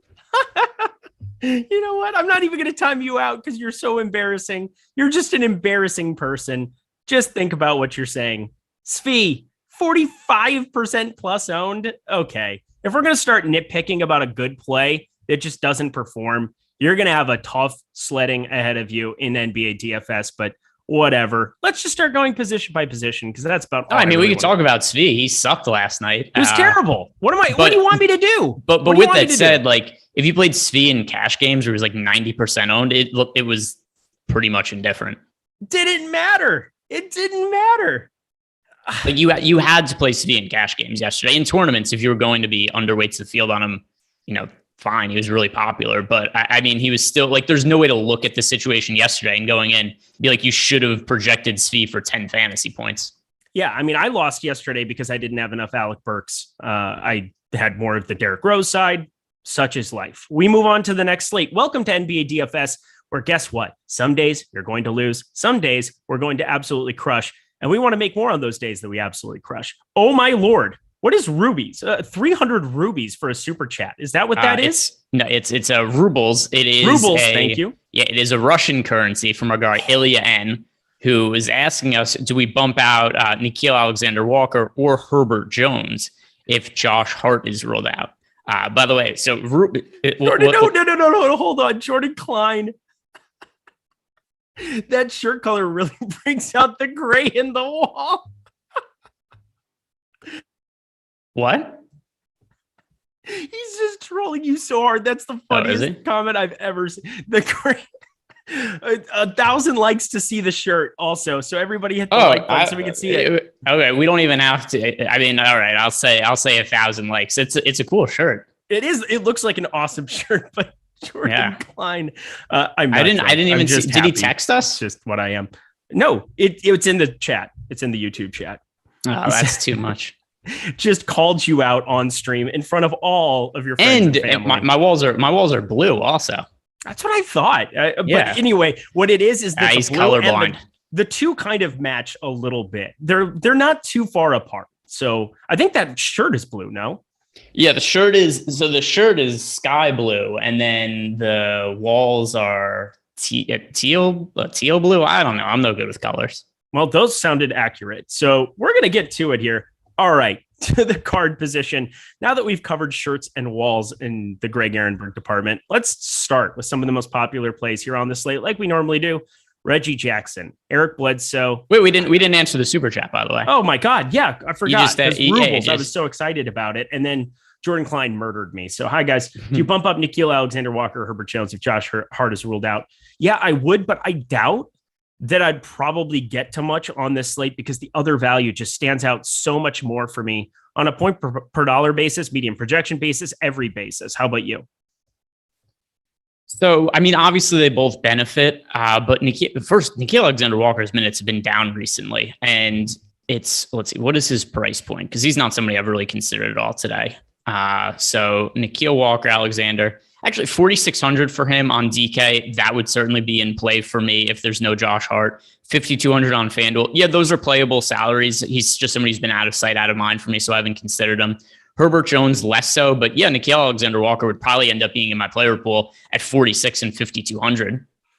And then the Alien DFS, $4.99. Nice little super chat. I always like the $4.99 there. Just laughing. It's just a ha ha ha emoji. This little bright blue. I believe that's teal. If we're going to be going to talk about the blue color scheme, that's a teal one where he's laughing as well.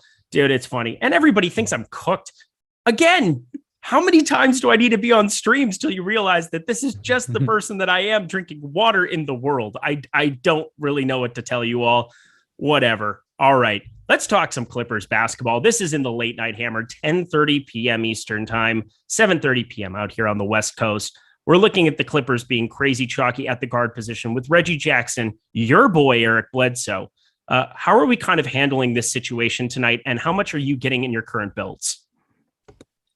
So let me pull up my Clippers, guys. I typically really like Reggie Jackson, but I'm not going to say typically. Like in general, I mean, Eric Bledsoe. In general, I really like Eric Bledsoe. But for this slate, I mean, I just think there's better guys to get to. I'm not really getting too much Eric Bledsoe in my current build, especially because he was projected for so much ownership. So Eric Bledsoe, let me see if that's still the case. Yeah, 32% for him on FanDuel. On DraftKings, he's projected for 21.3%. You know when I like Eric Bledsoe? When he's cheap and nobody's rostering him. I like him less when other people are on the bandwagon with me. Like this is a solo ride. Other people aren't allowed on the journey with me. So if other people are on Eric Bledsoe, I'm going to be off him. It's different when he's chalky versus when Eric Bledsoe was like 4,600 and was sub 5% owned.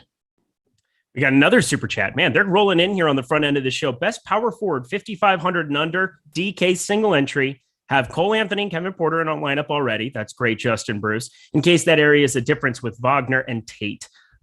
Looking at the power forward position, of course, we're going to go position by position, but your super chats get priority. I want to be on top of that. Marcus Morris at 4,400. It is my favorite guy that's going to be underneath 5,500. You're obviously leaving a lot of salary and you should be using that elsewhere in your lineup. Chimezie Metu, also just a phenomenal play here at 3,800. We saw him last night in the absence of Bagley play 36 minutes. That's so hard for me to get away from underneath 4K. Those two guys, I feel like maybe kind of a write-off, but who are your favorites under 5,500, Greg?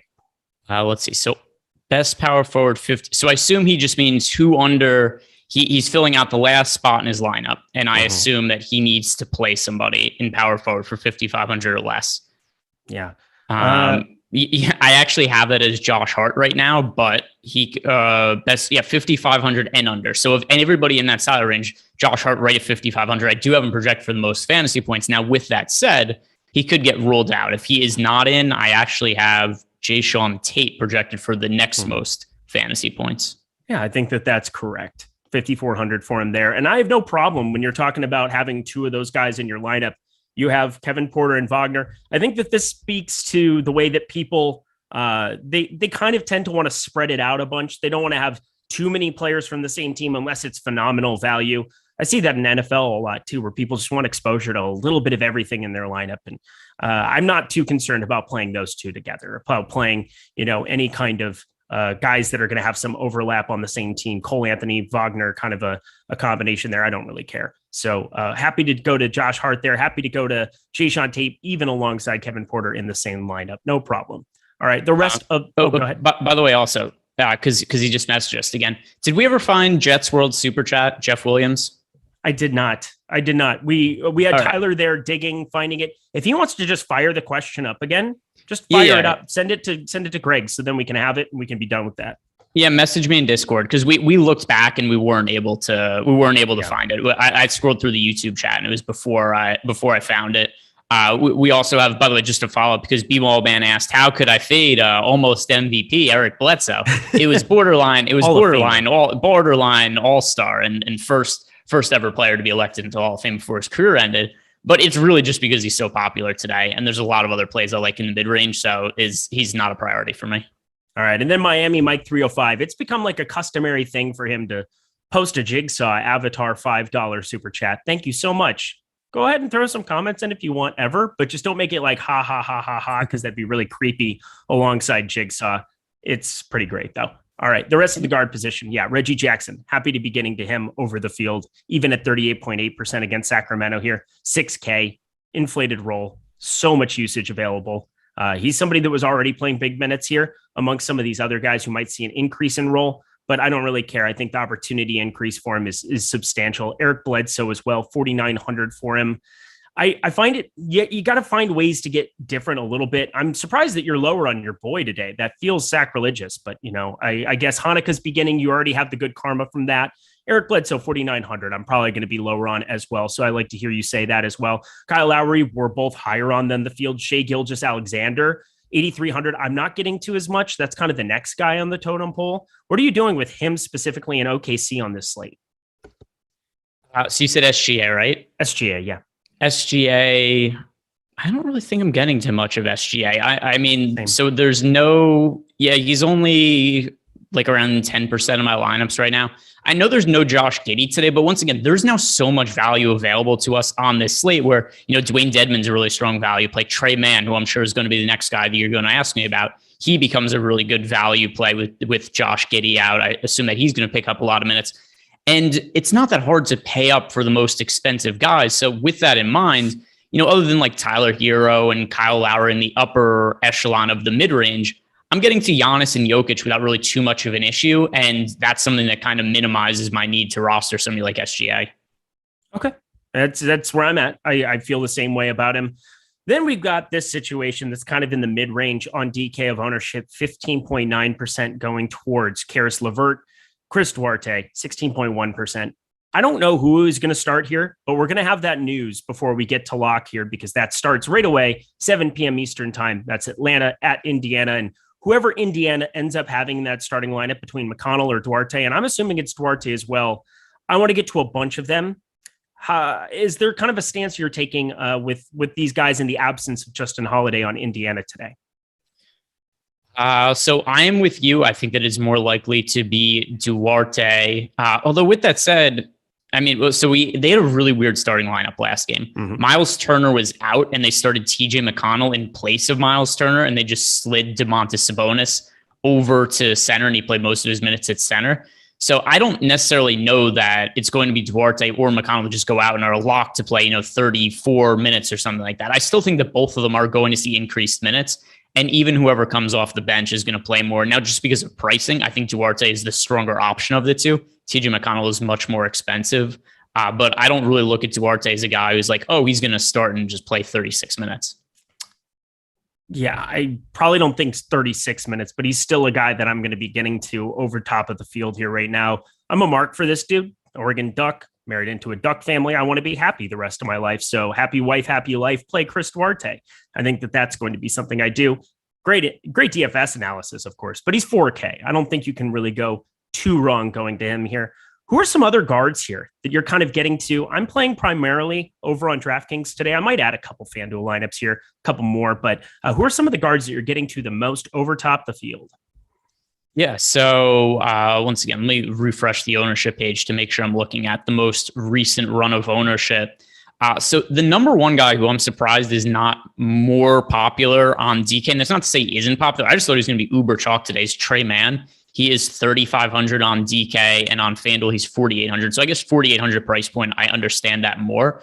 But 3,500 on DK, like if I'm just running optimal lineups using my projections, I get to a ton of Trey Mann. He ends up being one of my most rostered players.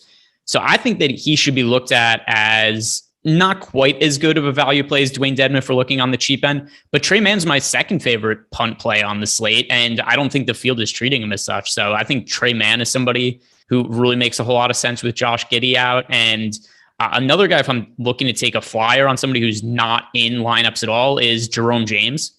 Ty Jerome. Ty Jerome, I knew who you meant. Yeah. So because once again, OKC, we don't know exactly how the rotation is going to shake out without Josh Giddey, but I think there's an opportunity for Ty Jerome to end up playing extended minutes. And he's been a good points per minute fantasy producer in the past. Remember, we had all those slates last year where Ty Jerome ended up becoming, a pretty popular play when OKC was missing guys like SGA or other players were out for them. So overall, over the course of last season, he played 23.9 minutes per game. He averaged 21.58 DraftKings points. I think there's potential for him to play 24 to 26 minutes today. Nobody's rostering him at all. So he's somebody else who I like getting over the top of as a totally unowned punt play. Eric Traub, I expected more out of you, more out of Team Eric than such a low bro. Low blow. Whatever. I don't care anymore. Everybody's what happened to me today. It's fine. He's just saying that I'm on crack today. Like he tried to say quack. It was like a dad joke, but also absurd. I get it. Yes, I married a duck. I get the joke. You guys are all hilarious. All right, the rest of the guard position for me, because again, I'm in the business of making money. I don't judge. By the way, you could have sex with ducks or bears or whatever. I mean, I don't want it to Brandon Ingram be at 7,500. I'm very interested just be safe, in tournaments. like it's fine. 7,500 Brandon Ingram really sticks out to me as a guy that I want to be getting to quite a bit here on this slate. Nearly 35 minutes I'm projecting him for. Awesome. A 34.75 there for him. Sub 15%. I think there's a lot of upside for Brandon Ingram here going forward. And, he hasn't been nearly as good as what he was last season, but it's going to start ramping up. Those minutes are going to trend up here for him. And, if you get Josh Hart off the floor too, and a little extra bonus, Josh Hart, a surprisingly good rebounding guard. So getting Brandon Ingram out there, I would think I'd give a little bit of bump to his rebounding percentage as well. I really like him sub 15%. So he's really sticking out for me. And then a guy that just the price tag looks ridiculous. It looks absolutely absurd. But Cole Anthony at 7,900 here. I want to get to some of that just because I think the ceiling is there in a way that isn't expressed by the 5.8%. There's so many value plays that we want there. So 7,900 for a guard, both him and Brandon Ingram kind of in that 7K range are guys that I want to get to over top of the field for tournaments. What do you think about them or anybody else that you want to touch on? By the way, also just one other thing. If you're going to have sex with goats, though, like make sure they haven't eaten any cans recently because food just goes right through them, and they don't. Favorite show I've ever done. So that's like just be safe. I'm looking out for your own well-being. You've got to be cautious. It's just be safe, Eric. We're looking out for your well-being. I think that's really what's going on in chat. Is people are legitimately concerned about you and your habits. And by the way, we did get a follow-up from Jets World. We know what his question is now. It is. Would you play? Oh, this is an easy answer, by the way. Would you play Metsu or Dedmon in the FanDuel cash? And why is Jared Allen not? You have to play Dwayne Dedmon in cash today. Just have to. Yeah, you do. Okay.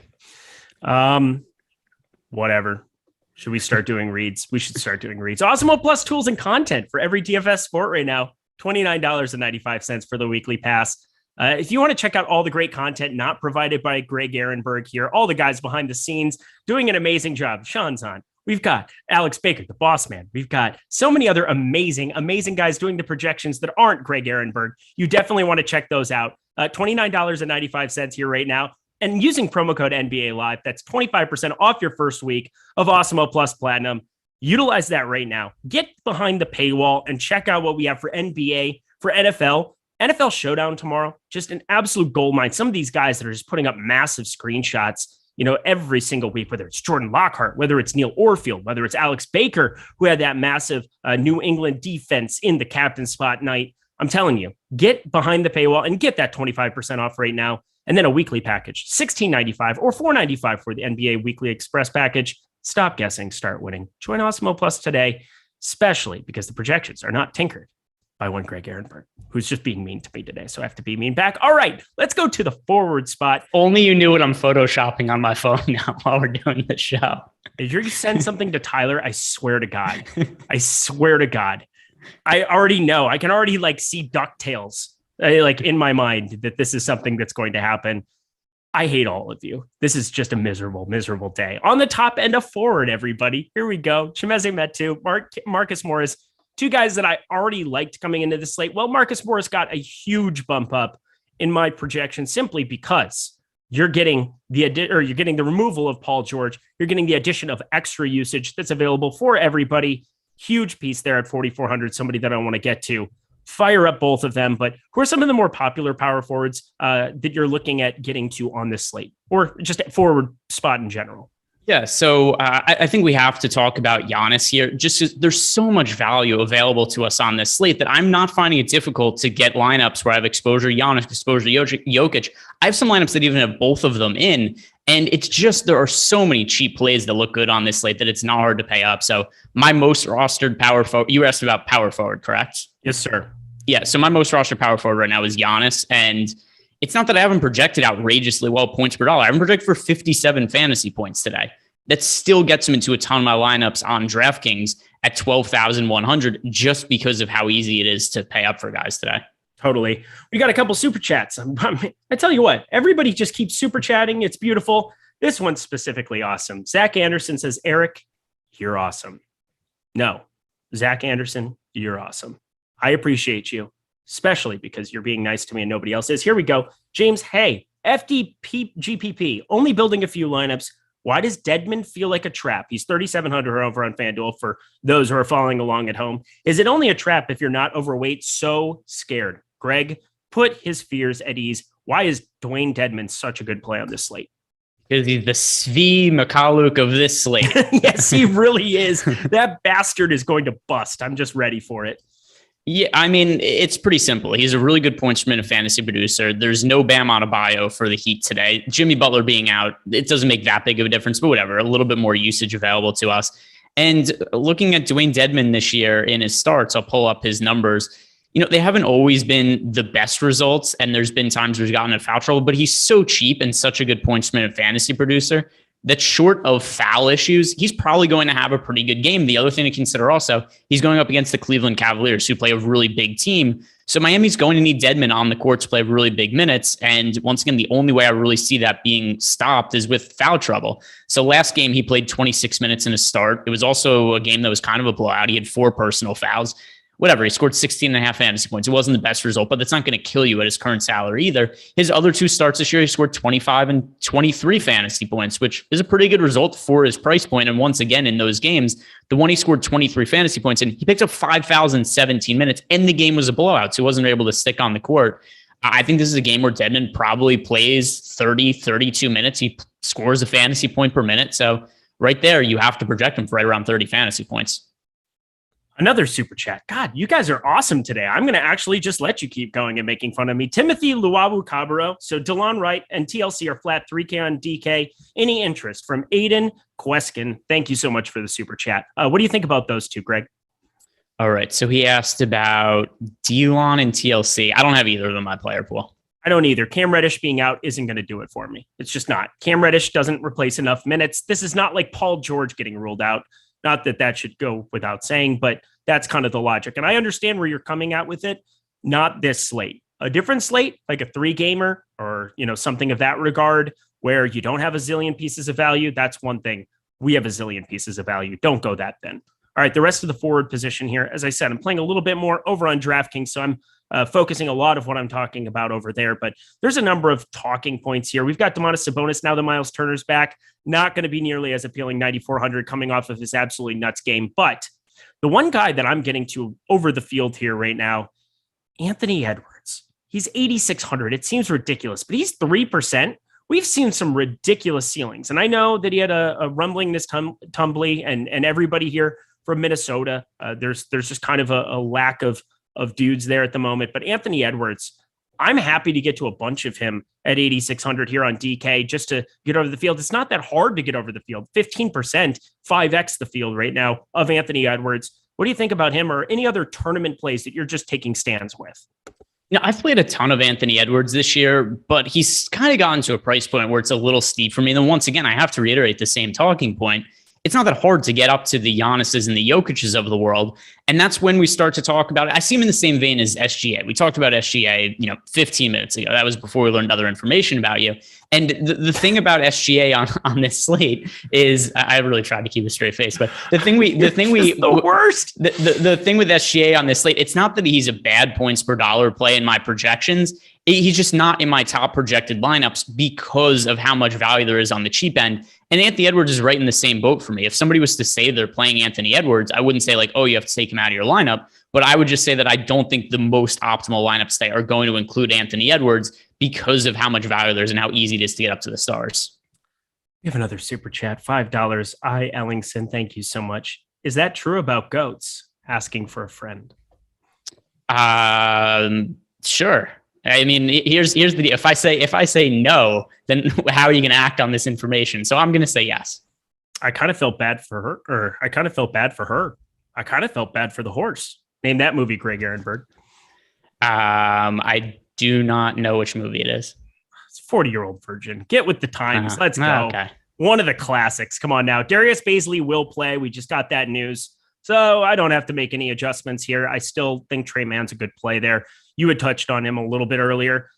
Don't pause me for saying touched on somebody. I get it. I can hear all the pauses today now. I'm very paranoid. This is the most paranoid show I've ever done in my entire life. I feel like I'm just taking crazy pills. I see what everybody's talking about a little bit, though. Now, here we go. The rest of the forward position, please just give me some guys that you're maybe not as high on. Obviously, not being as high on Anthony Edwards, that makes sense. He's 3%. But anybody that's getting some substantial ownership or any ownership at all that you're like, nope, I'm going to hit eject here.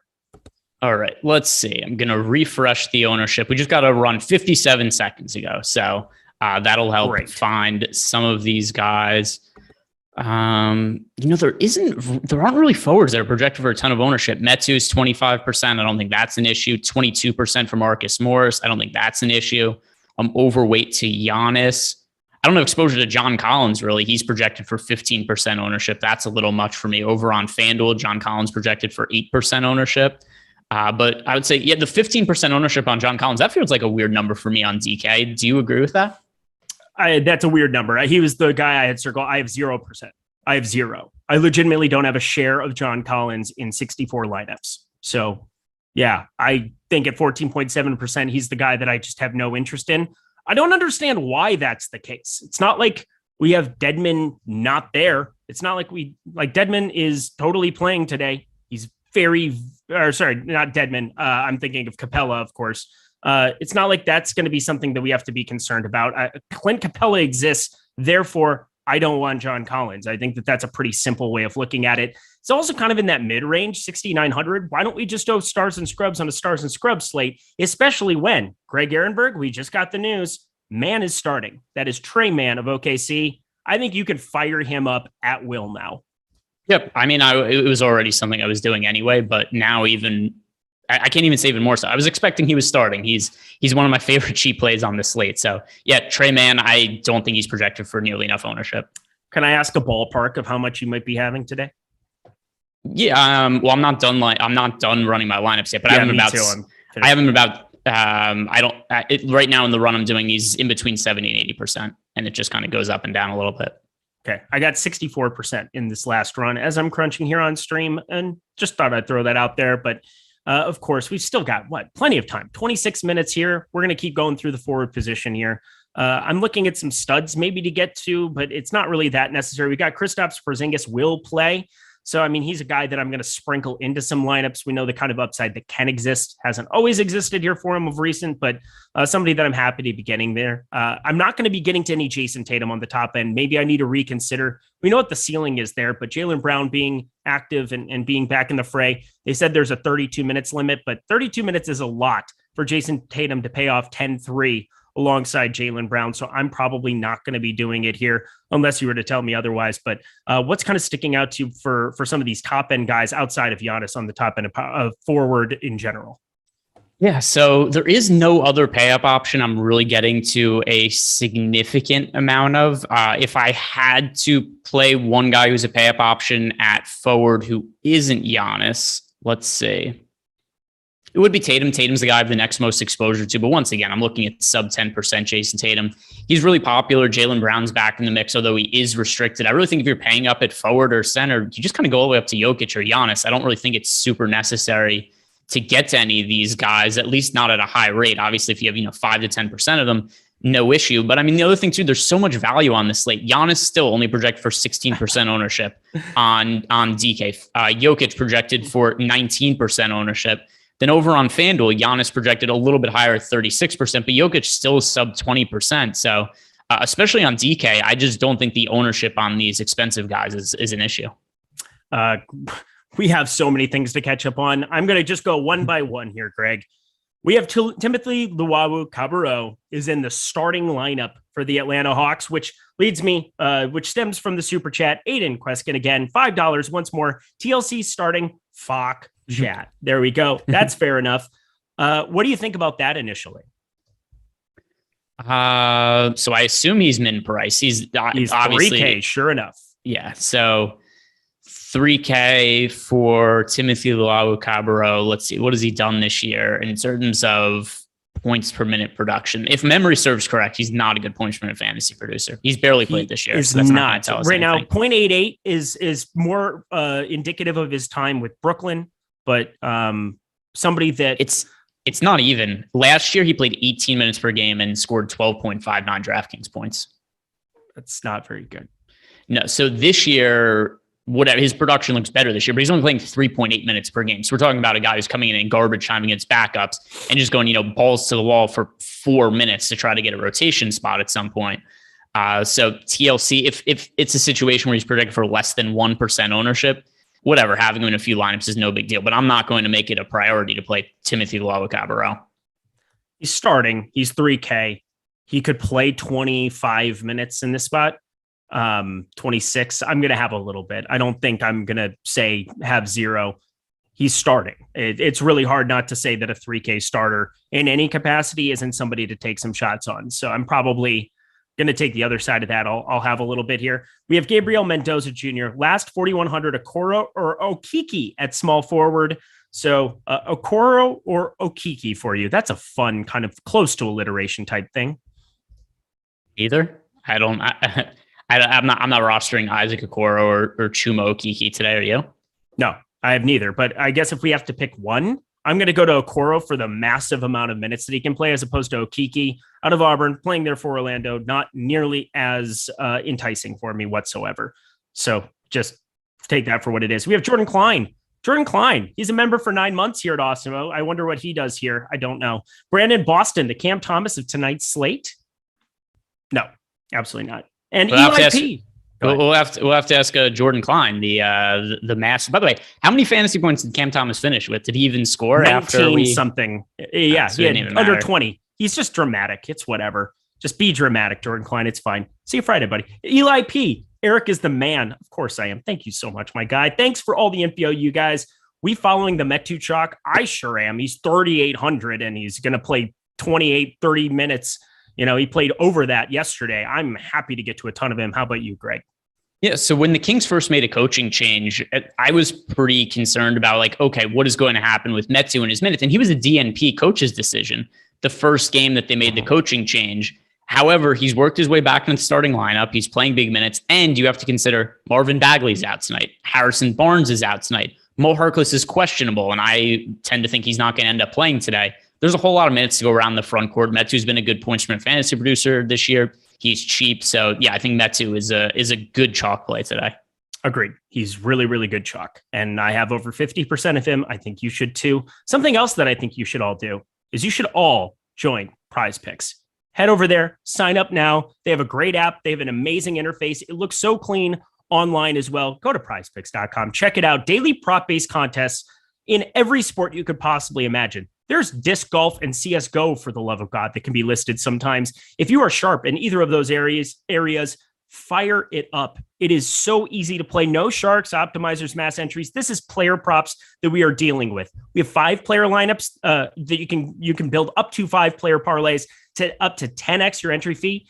And those 5-player ones as well, you can win with 4 out of 5 or 3 out of 5. You can get a little bit of your money back. So as opposed to a traditional 5-teamer, you're getting a little bit of money back over a long haul. That is very, very beneficial to you, the player. If you have those cross-sport entries that you want to play, you can fire those up as well. It is so easy to use all the tools we have at Awesemo, not just our projections and such, but Odd Shopper. Odd Shopper is a phenomenal place to find some positive EV bets, the expected ROI, expected win percentage. Head to Odd Shopper at Awesemo.com. It is a phenomenal place for you to be able to get information to play at Prize Picks here today. But we're going to be doing a 30-minute segment after this show talking all about the things that Prize Picks has to offer. I've been getting so many people DMing me about playing over there. People keep hitting us up in YouTube chat wanting to ask, oh, what are your Prize Picks plays for the day on other shows that aren't necessarily even sponsored by them? So I know it's catching on, and I know it'll catch on for you too once you see what they have to offer. And use that promo code Awesemo. Get yourself that $100 first match deposit bonus. All righty, let's get ourselves to the center position here. And first, just because Douglas Bowman left us a super chat before the both of us missed. I didn't see this one either. So this is a little while back, but I saw him post about it in YouTube chat, so make sure we answer. But Douglas Bowman currently has Duncan Robinson, Cole Anthony, Metu, and Trey Mann. And then he's asking, okay, so this is a four by four. Duncan Robinson, Cole Anthony, Metu, and Trey Mann. All right, Metu's in both of them, so we could take him out. Metu is in both. So 3v3. Duncan Robinson, Cole Anthony, Trey Mann. No, Trey Mann's in both. So Trey Mann. Oh, no. Ty Mann? Does he mean Terrence Mann, or is that Trey Mann also?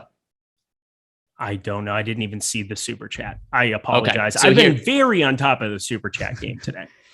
So he's asked Duncan Robinson, Cole Anthony, Metu, and Trey Mann, or Ty Mann, Lowry, Metu, and Devontae Graham.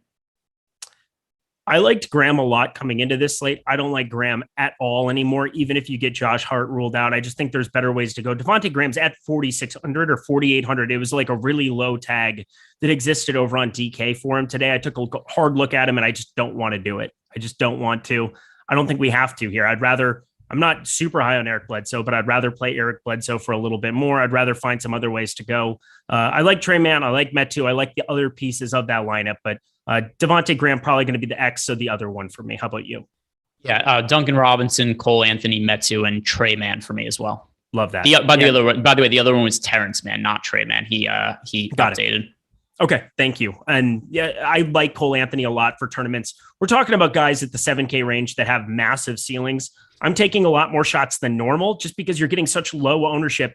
People are going to naturally go very stars and scrubsy, and I'm going to be overweight on Giannis. I'm going to be overweight on some of these studs. Nikola Jokic for sure here at the center position as well. But I definitely want to be playing some of these mid-range 7K guys that have so much upside. So I'm going to Edwards. I'm going to Brandon Ingram. I'm going to a lot of them where they can put up 55 plus rather than trying to get super cute here, playing some like 4 or 5K guys that just aren't in the phenomenal spots that everybody else is. So let's keep it on moving here. We've got the center position. We have a lot of news kind of that rolled in here as well. I saw that we had the Pacers starting lineup. Duarte's in there. So is there any kind of reaction you have to that? Is Duarte still a guy that, I mean, you weren't the highest on him by any means, and God forbid I make any kind of a duck joke here at this point. So just save me from myself. Talk about him. No, it doesn't really change. So he's in my player pool, and I have him in about a third of my lineups. I still don't think that he's a guy who's a lock to go play a massive amount of minutes. I have him for 30 minutes today. And I still think TJ McConnell is going to play a substantial role off the bench. So let's see. Most recent run of ownership for Duarte. We have him he's only projected for 16% ownership on DK. So I'm over the top of that number. Over on FanDuel at 4,800, he's projected for 8% ownership. So all things considered with the ownership number he's at, I certainly think he's somebody to be overweight to the field on. I'll be interested to see maybe that ownership comes way up now he's confirmed for starting though. All right. I've got News God hitting us up. Thank you so much to News God keeping us informed here. I'll get to that here in a second, but we have two more super chats. Darusha Gunatalaki. I hope I got that correct. Hoarder or Garrison Matthews for DK GPP. The answer is quite simply neither for me. It was Matthews, and who was the other one? Garrison Matthews or Kevin Hoarder. Yeah, that is neither for me. Let's see. What is the salaries for those guys? And we'll see if we can give them a different. Yeah. So, I mean, Kevin Huerter, I get what you're getting at. We saw that one big game that he had in relief. He's at 12% right now. Kind of a surprising number, 4,400. I'd pick him between the two. Garrison Matthews, so 4,400 there for Kevin Huerter. Okay, I misspoke. I have 6% of him, but I didn't even notice that I had that, so I'm not going to feel too bad. I think he kind of snuck in because he got a little bit of an upgrade in minutes with Cam Reddish being ruled out. And then Garrison Matthews being the other guy. Right now, he's projected just horribly with us for Houston. 21.91. He's 4,300. Definitely going to be Huerter as I'm kind of looking at Awesemo's tools right now.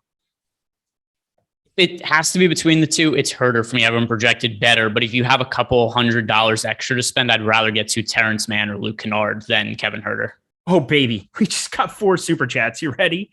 Ruben Mitchell, $1.99. Thank you so much to everybody. This is fantastic. This keeps the show going. We really appreciate all of you guys using your hard-earned money to ask us questions. So we're going to give it the time it deserves. $1.99 here from Ruben Mitchell. Brogdon, Caleb Martin versus Oubre Bledsoe on FanDuel single entry. All right, we got Brogdon, Caleb Martin versus Oubre and Bledsoe. I don't really like the Oubre side of it. I'd pick Brogdon and Caleb Martin simply by default. Do you have a lean on that? I guess I don't really like either combination, to be honest. Oubre, Bledsoe, if I absolutely have to pick one, I have the two of them combined to score more fantasy points than Brogdon and Martin. Oh, man. Nolan Kelly just throwing in the subtle jab with the Ducks. I get what's going on. I see it. I see it all the time. Here we go. J187 DFS for our boy Legalized. Tate and Hayward over Herter Russell. Yahoo. I haven't looked over there right now. Let me pull it up here. So Tate and Hayward over Herter Russell. Let's see. Russell was somebody that I had identified. He still has upside, but having Anthony Edwards would have made me just boost him way up. He was like a 1.19 DraftKings points per minute player with Anthony Edwards off the floor here over the course of the last year. So would have been a great piece, but I'm probably more inclined to go Tate Hayward at this point in time. Do you have any kind of a lean on that one? I have Herter and Russell combined to score about one more fantasy point on average. I don't. I think it's very similar. I would lean towards Herter and Russell though. All right, $2. Matthew Owens. Would you guys prefer Luka or Jokic tonight? I prefer Jokic purely because of the position center. I'm able to play a lot of him. I'm able to play a lot of Deadman on DraftKings. Those are massive ceilings, and then the best value piece on the slate. So that's what I'm planning on. How about you? Yeah, it is. So once again, this is going to be different. Well, he wouldn't be comparing if it was FanDuel because it's different positions. But right. I have Jokic project for more fantasy points. I assume he's looking at his utility spot and saying, "Hey, I already have Deadman in here. Who do I play in the other spot?" He has space for Jokic and Luka. Jokic for me. And last one, Justin Bruce, $10. If you don't normally do this, just let me know. But wanted a general critique of DK single entry lineup. So he just wants to critique the lineup. Reggie Jackson, Tyler Hero, Lou Dort, not my favorite, but I get it. Jayshawn Tate, Holmes, KPJ, Mann, and Cole Anthony. Everything looks great to that for a single entry, especially. You've got the pivot there in Cole Anthony to get a little bit different. Lou Dort's not my favorite piece on this entire slate. I get why he's popular. Josh Giddey being out, that's great, but not going to be the main beneficiary usage-wise. We've seen him have some spike games here and there, but he's going to be a little bit too popular for me tonight. That's the one piece that I'm not ecstatic about. Everything else looks great to me. Greg, what's your overall critique? $10 is worth the time. If you play Kevin Porter Jr. today on D, he's too expensive for me. Okay. Yeah, I didn't even see, I didn't process that. Obviously, I'm playing both DK FanDuel and FanDuel, he's definitely a good play every single day of the week, ending in Y, because they don't want to adjust his price enough. DK, he got boosted way up. So he still got upside. He got that triple double in a low fashion the other time out. I don't expect that corrected. Took the triple double away from him. The NBA did this morning. They did? Yeah, they did. Oh, that's so evil. How many times have people done way worse stuff where they like threw a ball off the backboard to themselves or did ridiculous crap just to get a rebound? Yeah, well, the rebound, technically by the rebound rules, it's whoever controls the basketball, and he wasn't the one who controlled it. It was, I forget who it was, one of the teammates who controlled the ball, but then kind of pretended he didn't and had Kevin Porter Jr. pick it up so he get the triple double. But NBA rescinded that triple double. That aside, though, he's too expensive for me on DK at 7,400. I have him projected for 32 fantasy points, and that just doesn't get me near him. Oh my God, we have 5 more super chats. We're going to fly. Craig, this is the most super chats we've ever had. We love you guys. This is a lot of fun, but we're going to fly on a couple of these. So understand. Eric loves you guys almost as much as he loves, All right, I hate you. Big Sus 420, Cole Anthony or Garland. That's Cole Anthony across the board for me. How about you? No site given, but on DK, FanDuel, it doesn't matter for me. I'm going to play Cole Anthony both. Bryson Henry, can you play Hayward and Rozier together? DK GPP? Absolutely. Can you play Hayward? I mean, I don't like them, so no. Can you? Sure, you can do whatever you want, but I'm not, it's not something I'm doing.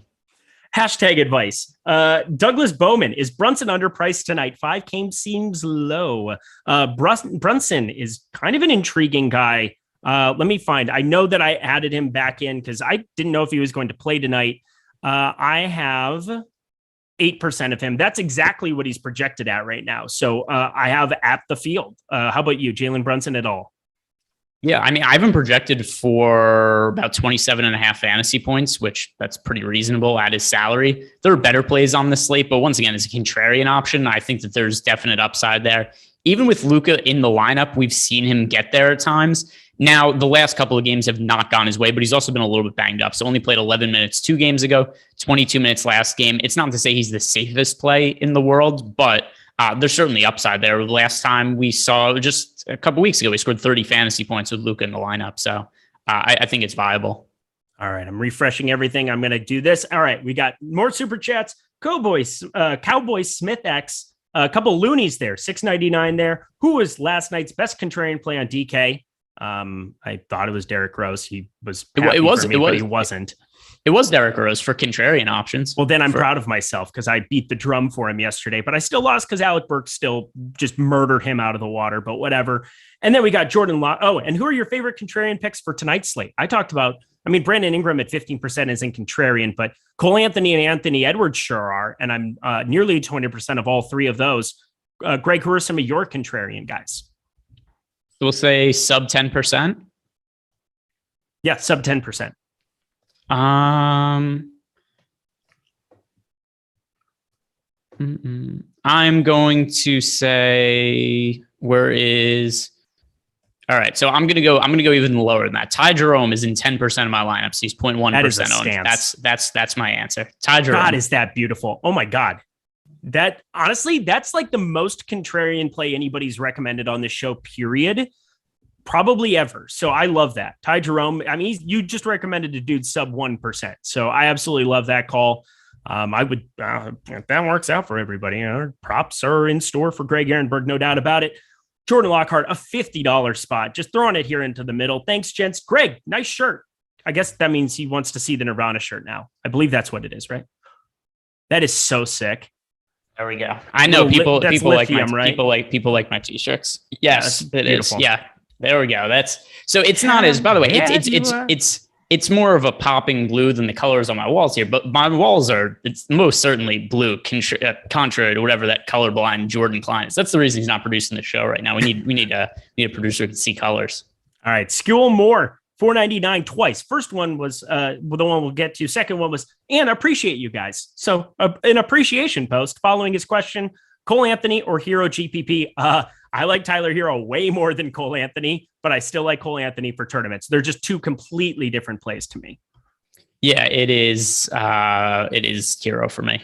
All right. And then Anthony, Luka Hero or Giannis Reggie Jackson for DK cash. I'm going to say you need to have Giannis in cash with how much value exists here on this slate. And there's no way that you shouldn't have Hero and Reggie Jackson in it as well. Luka, odd man out.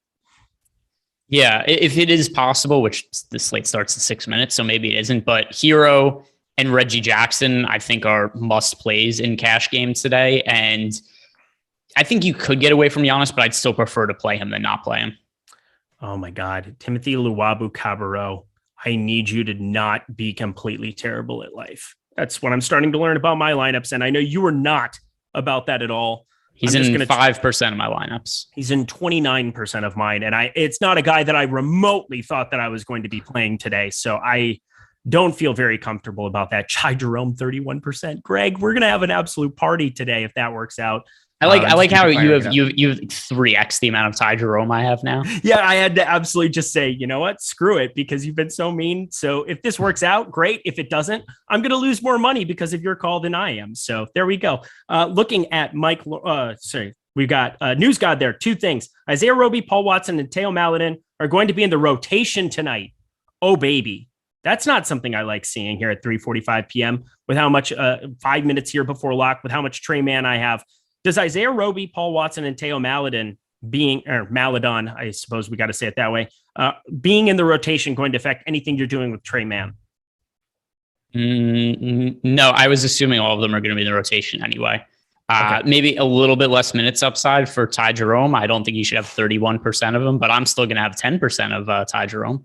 And then we got Torrey Craig, currently questionable here now. That's a downgrade that we got for Torrey Craig. I don't think he's ever going to be somebody that I go and completely nuts even rostering. But I guess for Indiana, right now we have him for 15.75 minutes right now here at Awesemo. Having him out of it, I mean, I just like Duarte already, so I'm already playing Duarte. I know you weren't as high. Does that news do anything for you? If he's out, it would be a couple extra minutes for Duarte, McConnell, Keelan Martin, Jeremy Lamb. Maybe they each pick up an extra minute or two, but nobody that would like massively change. Nope. Same with me. All right. I'm going to get a rough batch here because we have so much news that is still going to be coming out here. I have so many things that I can adjust in my lineups, as you can too, for this extra half hour that we're going to be doing, talking prize picks. Don't go anywhere. It's going to be a blast. We got 3K of you here. We'll talk some ownership right off the bat for some of these early games, discuss some of that going on. And then, of course, just talking about prize picks, which is just so much fun to do. I love player props. You should too. We have all the tools here at Awesemo to make that an easy process. We're going to go through them with you, but 3 minutes here. Get your lineups in. I'm doing that right now. So do we have any other super chats here? No, for the first time ever, we have no super chats to address. You guys have been the absolute best with that today. Can't tell you how much we appreciate it, but let's do this. 3 minutes before lock, Greg. What do your lineups look like? Are there any things that are really sticking out to you want to share with the people going into this slate? We didn't really talk about centers. My center exposure looks primarily like this, especially on DK, where these guys also have center eligibility. Dwayne Dedmon, Giannis Antetokounmpo, Nikola Jokic. That's everybody who I have in my lineups over 5%. That's pretty true. It's absurd. I like Rashawn Holmes too. Don't forget about Rashawn Holmes. Did you say him? I don't have him in more than 5% of my lineups. Man, I like you. That's great. But I have more than 5%. He's like the other guy that I want to add to that list, simply because, you're playing some Clippers. There's a lot of Reggie Jackson that exists in the world. And that's kind of something that I need that game to stay intact more than likely, even though Sacramento got blown out and Metu and Holmes had no problem getting there last night. Of course, there's way more value, way more teams in play here tonight. So not exactly a tick for tack kind of situation. Let's see. Do I have all of this in? I think I do. Do I have this in? Is this the right upload? Oh, crap. Oh, no. See, how much time? All right, here you go. You've got about 30 seconds. That's I know you're a little short on time there, but we've got some questions in the in our premium Discord channel, so I'll hit on those while Eric goes into crisis mode here. But Morgan 2424, Wood and Duarte are Kevin Porter Jr. and Holmes, FanDuel GPP. So I just said on DK, I think that Kevin Porter Jr. is a little bit too expensive for me at 7,400. But FanDuel, Kevin Porter Jr. is much more reasonably priced at 6,800. So in that kind of situation, I would say Kevin Porter Jr. and Rashawn Holmes. Rabashua is asking, when Dedmon fouls out early and can't go more than 24 minutes, do they work someone else out, or is it all PJ Tucker? It could be somebody like Yurtseven that plays minutes. But once again, that's not anything I think that we could be taking advantage of from a DFS perspective. So I'm not too concerned about Dedmon. I mean, I am to an extent about foul trouble because we've seen him. He's made 3 starts this year. He got in foul trouble in 2 of them, but still in one of them, he scored like 25 fantasy points in 17 minutes. So I'm not really into PJ Tucker today or Yurtseven or anybody else that's going to pick up minutes. Donkey dealer. Is RJ Hampton viable in GPP? No, Cole Anthony's back. So there was a point where RJ Hampton was somewhat viable looking, but that was when there was no Cole Anthony to consider there. How you doing there? I see you. You appear distressed. I like half my lineups in on FanDuel. How only half? Because I clicked the button to upload it and it went, and then it didn't get all of them through in the time. And so I have half of them. Luckily, it's all late game. Okay, so it's not the apocalypse. I still have the entire next set of games here to get there, but whatever. I'm just bad at this. Here we go. Let's go, everybody. Let's hit it. Let's go to it. You ready to talk some prize picks, Greg Ehrenberg? Yeah. I mean, do you need to make late swaps to your lineups that are already in? I could just answer some more questions. Oh, I've got 29 minutes here. I got 29 minutes. I should be just fine here. We've got an extra half hour. Actually, what we should do, Greg, do you want to go over some ownership? Because I think that's always fun to do. We could, although with that said, it's going to take a second until it populates. Oh, it's already populated for me. Oh, okay. All right. Aren't you fancy? I was going to say, Nikola Jokic, what do you think his ownership is today? Yeah, I went to, because I checked the players tab on DraftKings and it's not showing up yet. I've got it right here. All right. So Nikola Jokic, 25.8% here today, going up against Orlando. I'm very interested in such things. Kevin Huerter, 17.9%. He got way up there real quick. That's kind of an interesting thing that I'm checking out here. We've got, oh my goodness, it's just absurd. Some of these guys, Kevin Huerter showing up constantly everywhere here for me.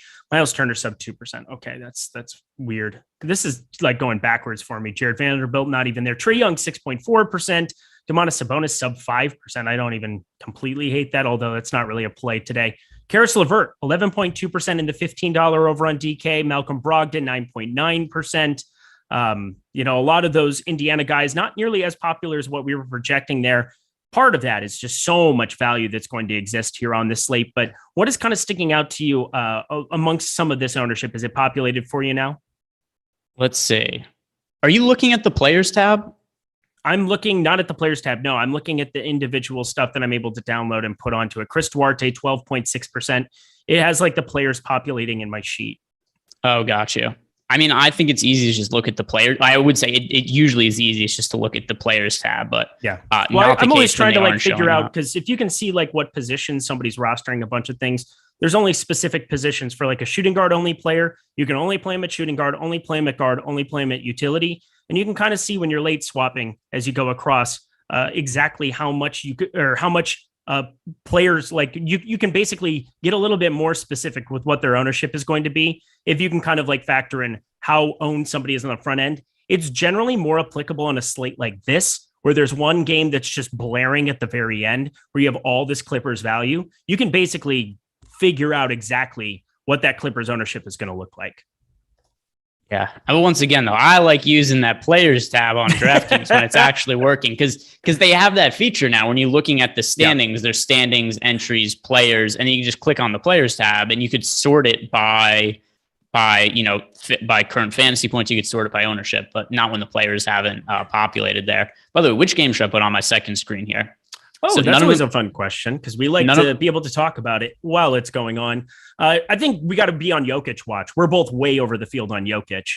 Okay. Yeah, we can do that. So the games that are about to start, it's Denver, Orlando, Washington, Minnesota, and Indiana, Atlanta. So some the players we're most interested in here. By the way, Torrey Craig is going to play today, which whatever, we got the news out after the game had already started. But so the players that you and I are going to have most interest here, we've got Chris Duarte and Nikola Jokic. So Nikola Jokic going to be a little more popular, a little more important, I think. So I'm going to put this on. Let's see. Quack, baby. Quack for everybody out there. Let's go, Duarte. It's time, but it's also time for some prize picks here. We got 26 minutes left in their show. We talked about it in the middle of our last show, but that's just giving you guys a head start on what you should be doing already. And that's using promo code Awesemo for $100 first match deposit bonus. They'll match your first deposit up to $100. That's free money put into your account instantly.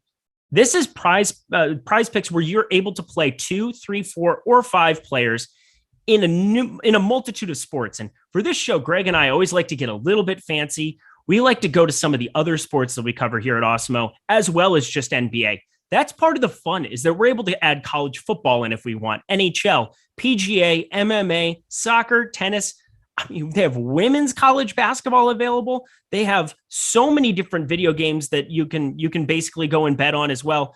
I'm telling you right now, Prize Picks is going to be the future for a lot of these states, especially where you don't have any kind of legalized sports betting. This is something that's completely legal to do. No problems whatsoever. Download it at the App Store. Play along with us here as we start putting some of these plays together, because it is an absolute blast to head over there to utilize all of these different sports and use your expertise and the tools at Awesemo to help you make money. But of course, we're talking the NBA. So I'm going to go ahead to OddsShopper as well. And OddsShopper.com, if you haven't been over there for Awesemo, has the best, easiest way for you to view NBA plays using Awesemo's projections. They have the expected ROI, expected win percentage, so many great tools to help you put together prize picks, parlays that can help you win money. So we're going to do that here today, but let's just start right off the bat, Greg. I know that you're just so good, not just in the props market, but in the futures market. As much as I don't want to compliment you today because you're a meanie pants, what are we looking at doing here on Prize Picks? Is there a play or plays that you have identified for NBA tonight? Oh, I have to point out too, because I have Prize Picks up right now, and I always like to look at some of these off the beaten path sports they have up here. Do you see some of the stuff we've got? By the way, a new one just popped up here: women's college basketball, beautiful, women's European basketball, and whatever Val is here.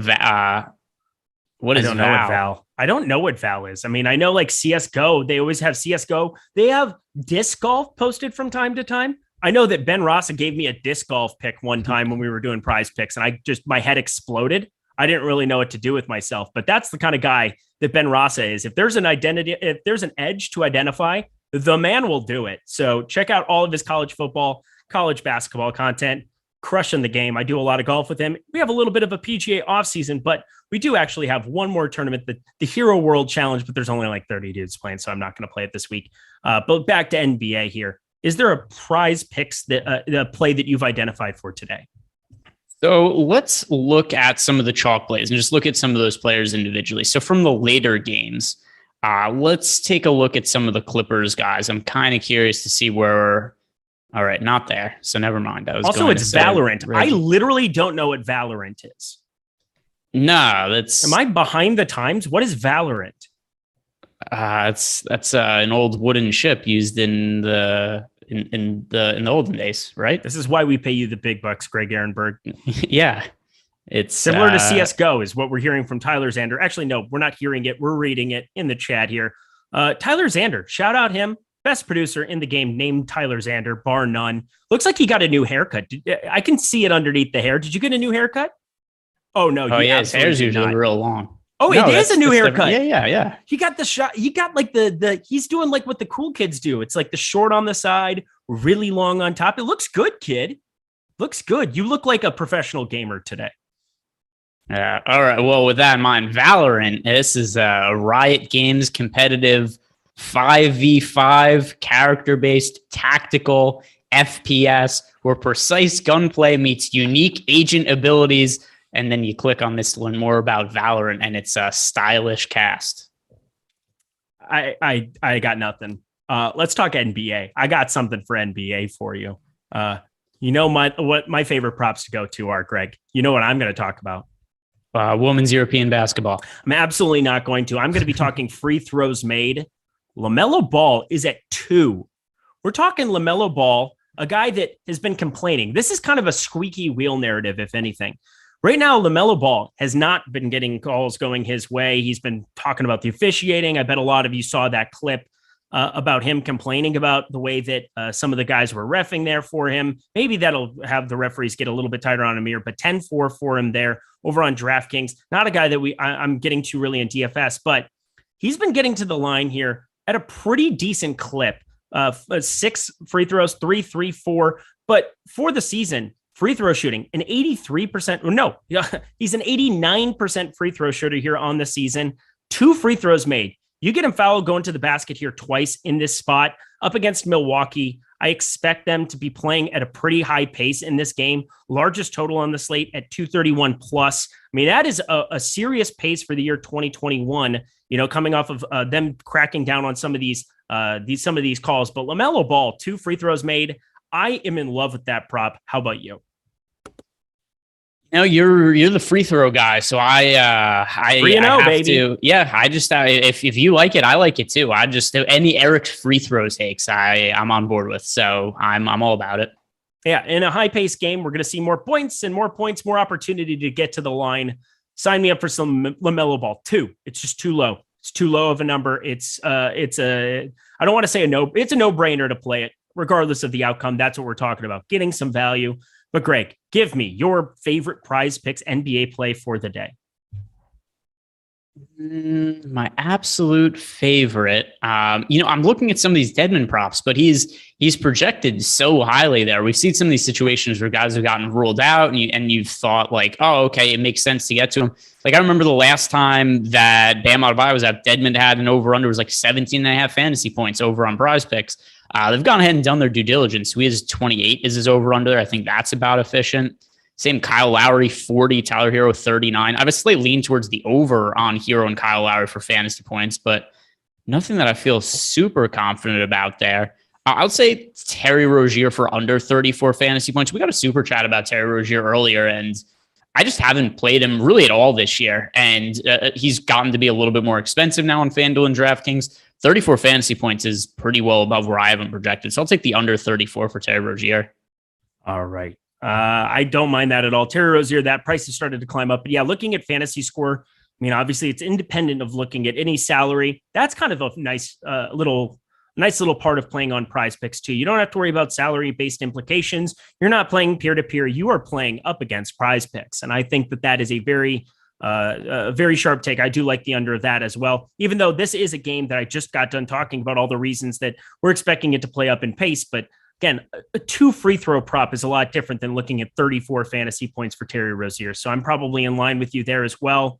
Looking at the rest of these sports, though, I like to cover my golf in the Hero World Challenge here, but I'll get to that here in a second. It's MMA time. You are the MMA whisperer here on the show on the Wednesdays that we talk Prize Picks. And so we said before, one of the best parts is playing multiple sports, having the opportunity to wager on multiple sports across platforms, not just playing an MMA lineup, not just playing an NBA lineup, but playing an NBA and MMA prop-based lineup together. It's a lot of fun. So looking at the card for MMA this weekend, Saturday, December 4th, we've got a number of great fights in store for us. Is there anything in the MMA streets that looks like a positive bet to you?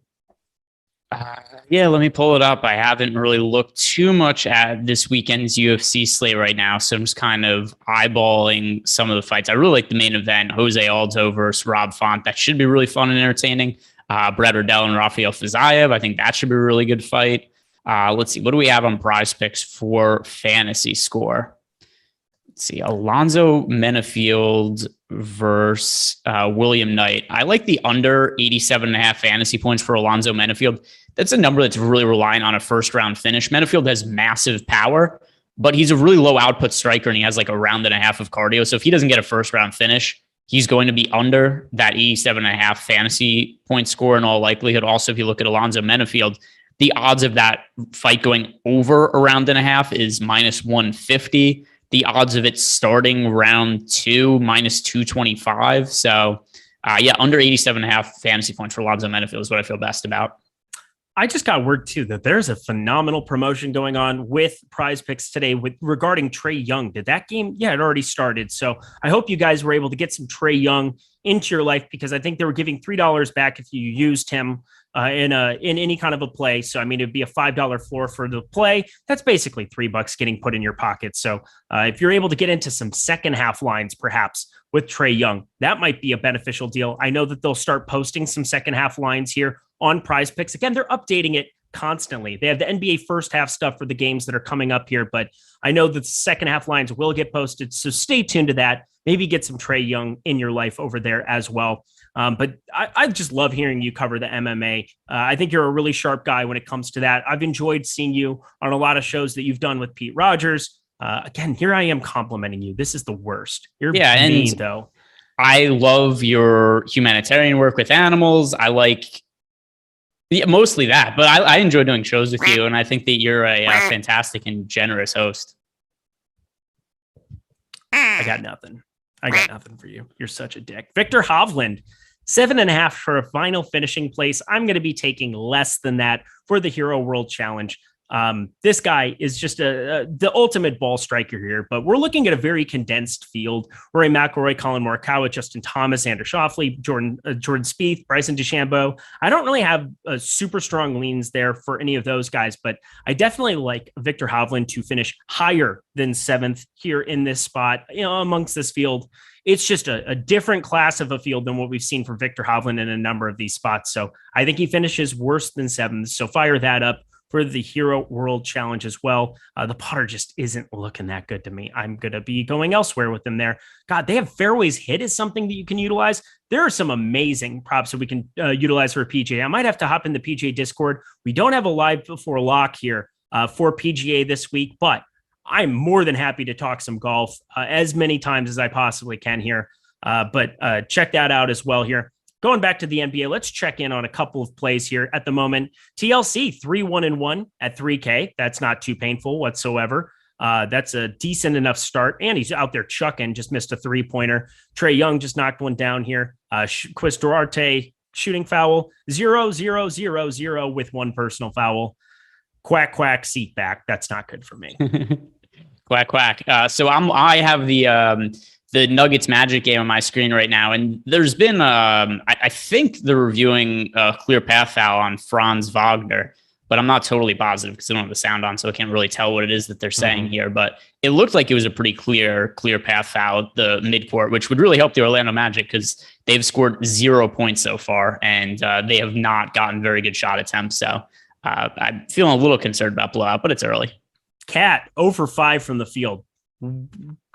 I don't really know what to do with this guy anymore. I'm always over the field on Cat. I'm basically just he was like 6%. I have like 10%. So not any kind of a crazy stand here, but I don't know what's going on with him. I mean, he's going to be fine. This is still his team. He's still the best player there, but Anthony Edwards and all these guys just have been stealing a lot of the usage. And now he's just out there chucking it 5 times early in that game here, 4.5 minutes in, and not making anything. That's frustrating. Whatever. Karl Anthony Towns, get your you-know-what together. All right, back to Prize Picks. We've got 13 minutes here left in the show. I gave you the free throws props play here. Is there anything that's sticking out to you as well for Odd Shopper? Because we do have some news that can possibly break for the evening games. A number of plays that we can kind of utilize here in this Clippers game, considering it's a different spot. And Odd Shopper is always updating constantly. But is there anything that you're kind of noticing over there on Odd Shopper? Because it looks like there are a number of plays in this evening window that look very, very profitable over there. Yeah, so let's see. Do we have anything? I'm on the MMA page, so I have to go back over to NBA. Why did the League Pass stop showing Nuggets Magic for me? I'll click over to Hawks Pacers. So we talked about the Heat guys. Let's see. Is there anything from the OKC players? Does not appear so. Who's one guy that we didn't really talk about over on... We talked about him a little bit. You said you didn't like him. Duncan Robinson has a fairly high points total, 13.5. That's about efficient to me. I was going to say that would be a number to look at. Here's one I found that I like. Joel Embiid. Did you play Embiid in DFS today? I did not. I did not. His points over under 22.5 today on Prize Picks. It's a matchup against the Boston Celtics where I think we're going to have to see Joel Embiid potentially play a little bit more than we've seen him playing in other spots. He appears to be healthy now. He's been somebody who's just kind of been an afterthought this year due to all the time he's missed. I like Joel Embiid to start getting back on track, though. When 22.5 points is an over-under, there are very few times moving forward I think we're going to see such a low points prop on Embiid. So give me the over on 22.5. Domantas Sabonis, 8-2-2, getting it going right away. I guess even with Miles Turner back in there, he's playing with a vengeance. He wants more minutes. He wants that money. He wants that bag. So I guess it makes sense that Domantas Sabonis is just smashing this slate early. So pay attention to your lineups. There are pivots that you can kind of make in the event that he just continues to do this. Oh, there it is. Hey, Josh Hart is not going to play today. All right. There we go. All right. We have something to talk about here from the DFS perspective as well. Then we'll round out some prize picks. Actually, let's start with some prize picks. Is there anything that we can quickly identify? Shai Gilgeous-Alexander, not Shai Gilgeous, wrong spot. Pelicans. I'm sorting by the wrong spot here. There we go. Got it. Looking at Brandon Ingram. I'm trying to find any kind of Brandon Ingram props because that's going to be the one that's listed the most. 21.5 points here for Brandon Ingram. I think that's about efficient. Devontae Graham sitting at 13.5 here still. I think that might be more beneficial to get to, but not something I'm like super enamored with. Is there anything over on Prize Picks that you might want to try to take advantage of with the news that Josh Hart is out? Over 37 fantasy points for Brandon Ingram. I have him projected for over 40, so I think that is a good look. Devontae Graham, that's still about efficient for me. Let's see, where do we have Valanciunas on Prize Picks? 40. I don't mind over 41 for Valanciunas either. A little bit of variance to his game just because the minutes could be a little wonky with Valanciunas. He could get into foul trouble, but over 37 fantasy points for Brandon Ingram. That's the one that I feel best about. I was already getting a ton of Brandon Ingram in DFS. I talked about how much I liked him, and now we're really going to like him. Hopefully people never pivot that much after lock. They're just not good enough at pivoting and making moves to adjust for news. Brandon Ingram, 16.9% looking at him over on FanDuel. I'm going to get way more than that. Looking at him on DK, Brandon Ingram. Again, the rebounding rate is really the thing for me. Josh Hart is a really good rebounding guard / small forward, whatever you want to call him. And Brandon Ingram now 15.7% on DK. I'm going to probably be triple that. That's kind of what I'm looking at. Already a guy that I like, 7,500. Is Devontae Graham somebody that you might want to get to a little bit now? And the guy that I'm prioritizing, other than I already had some exposure to Brandon Ingram, but the guy I did not have exposure to that I am going to now is Nickeil Alexander-Walker. Somebody left a super chat about him earlier in the show. 4,600 on DK. I assume he's going to play closer to 30 minutes now, and his minutes have waned a little bit recently, but that's the guy who's the highest priority for me to swap onto. Be on the lookout. I know that the boss man gave me a shout out saying that I'm Garrett Temple, that Garrett Temple's my boy. Tell you what, you play a guy one time when he's 3K on the floor and he pays off big time, and it's like a strong call you make, and all of a sudden he's your boy. I'm happy to have Garrett Temple be my boy. He plays in the NBA. That's better than what I'm doing. But Garrett Temple, definitely somebody that I like if he ends up in that starting lineup. But I think you're right. I think it's going to be Nickeil Alexander-Walker. Just be ready because you never know. You want to be by your computer. That game doesn't start for another 38 minutes. We got plenty of time, and you want to be kind of ready to react to whatever that starting lineup is. But I think Nickeil Alexander-Walker, the guy that I'm building into more lineups as well. And then Brandon Ingram, I'm just getting to a little bit more. Somebody that I already liked, I'm just going to get to more of him. All right, back over to Prize Picks here to kind of round it up. Garrett Temple will start for Josh Hart. There we go. Just got the news. Garrett Temple. Look at that. I mean, it doesn't massively impact Nickeil Alexander-Walker for me. I'm still going to be playing him.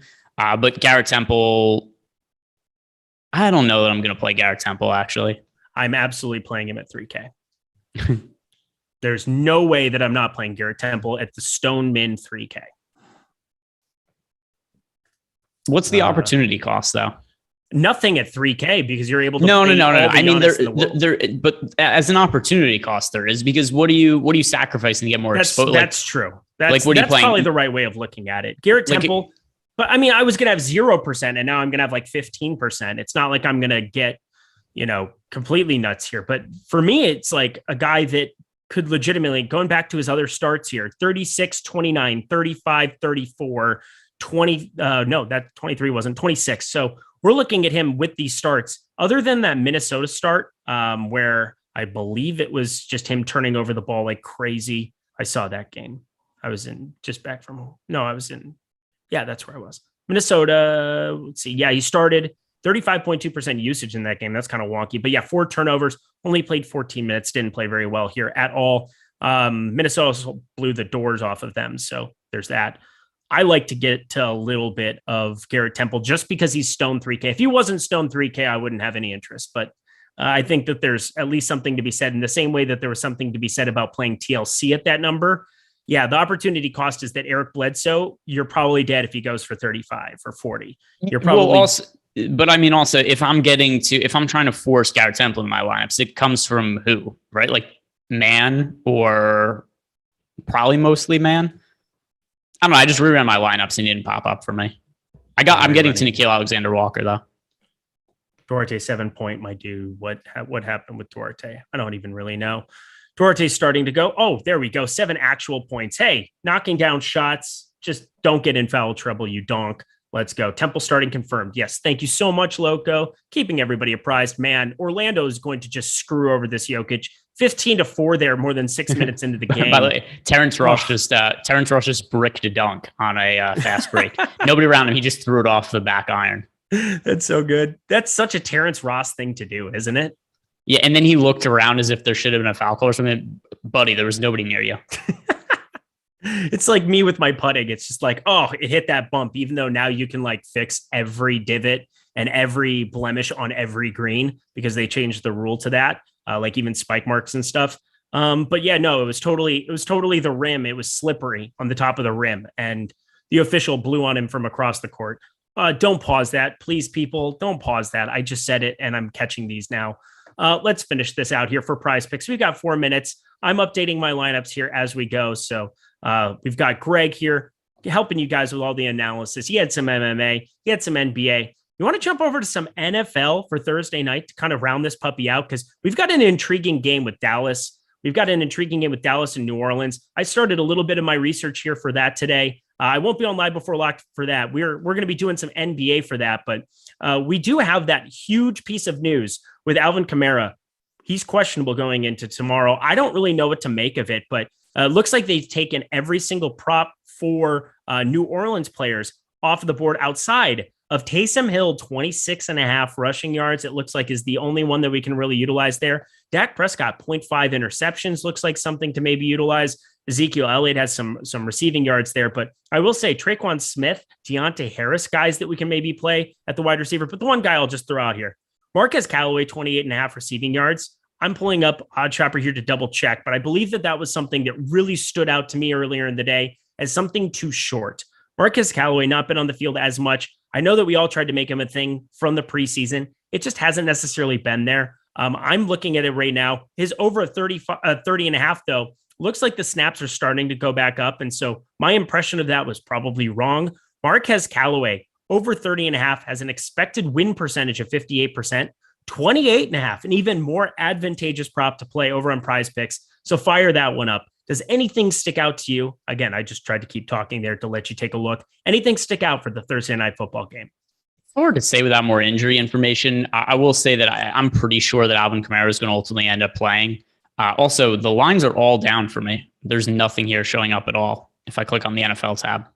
Oh, really? I'm looking at NFL. I've got rush yards, Taysom Hill, Ezekiel Elliott, Tony Pollard, receiving yards, Ezekiel Elliott, Traquan Smith. Maybe you've been crushing NFL so much, and I'm such a donk that I can't even play Prize Picks in the stadium, and so that's what it is. Oh, that's a bummer. But it's. I think the lines are being updated.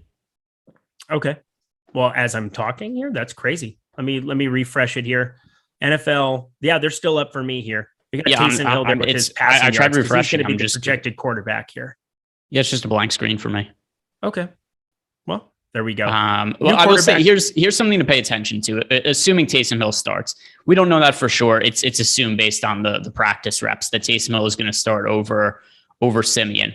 Last year, do you remember what happened to Alvin Kamara when Taysom Hill was the quarterback? He totally became non-existent in the passing game. That was something Taysom Hill did not do. So are there reception numbers or anything like that for Alvin Kamara up, or did you say those aren't there? No, they're not up. Alvin Kamara's down. Everything's down for the running backs there. under receptions for Alvin Kamara, if it's set at some sort of reasonable number, I think would be one way to go. Also, really quick, did we answer Anthony's super chat? He asked Jared Allen and Tyler Hero or Giannis or Trey Mann. The answer is Giannis and Trey Mann, but I can't remember whether we answered that or not. No, we did not. But I mean, Anthony, you're the man. $9.99. I hope. Yeah, we definitely want all the Giannis and Trey Mann in the world. That's kind of the Greg Ehrenberg way. This is the way for all you Star Wars fans. Let's rock. We have 1 minute left. Thank you so much to Prize Picks. This was an absolute blast. I love their product. I hope you guys do too. Utilize that promo code Awesemo to take advantage of it right now. Last thing I will say, just to go back to the football deal, if you think Taysom Hill isn't going to start there, smash that under 185.5 passing yards prop, because it's already a good play in the event that he doesn't play or that he doesn't start, but he's going to appear in the game, which makes his props active. So I want to just at least throw that out there. He's going to show up at some point. What? I said I wouldn't say that after last week. What? That he's definitely going to play. Oh, well, I mean, if it's a zero, it'll be a write-off. It no longer becomes a play. Like, you're not going to get penalized. This isn't like a different site where you get penalized for playing a prop of somebody who's inactive. Yeah, fair enough. Also, 21-11. So the Magic gotten back in the game a little bit. Also, Thomas Kingston had asked Super Chat, Lowry or Hero. That's Hero for me. Tyler or Hero? Yeah, I want Hero. I want a ton of Hero. You should want a ton of Hero. My guys, it's 4:30. And girls, of course. We have a ton of women here watching the shows as well. It's Chill as B. Shout out to you as well. Hope everybody had a blast along with us here. This was a wild one. It was a wild one. I will admit it was a lot of fun, though. I'm not going to lie. I had a blast. Even Greg Ehrenberg over there making fun of me. I can have an entertaining time here as well. Thank you. Shout out to Prize Picks, but shout out to Tyler Zander behind the virtual glass. Did a fantastic job here producing today's show. Thank you so much to everybody for the super chats. It was off the chain. Greg, any final words for the people? No, just good luck today, guys. Great t-shirt over there for Greg Ehrenberg as well today. Matches his walls. For me, I've got putters and stuff here at the Holiday Inn Express. I don't know why they let me have them, but we're going to keep bringing the golf clubs in here. Yeah, I don't know either, Tyler Zander. Thanks, to everybody. We'll see you guys tomorrow. Careful with goats. Oh, my God. Quack, quack.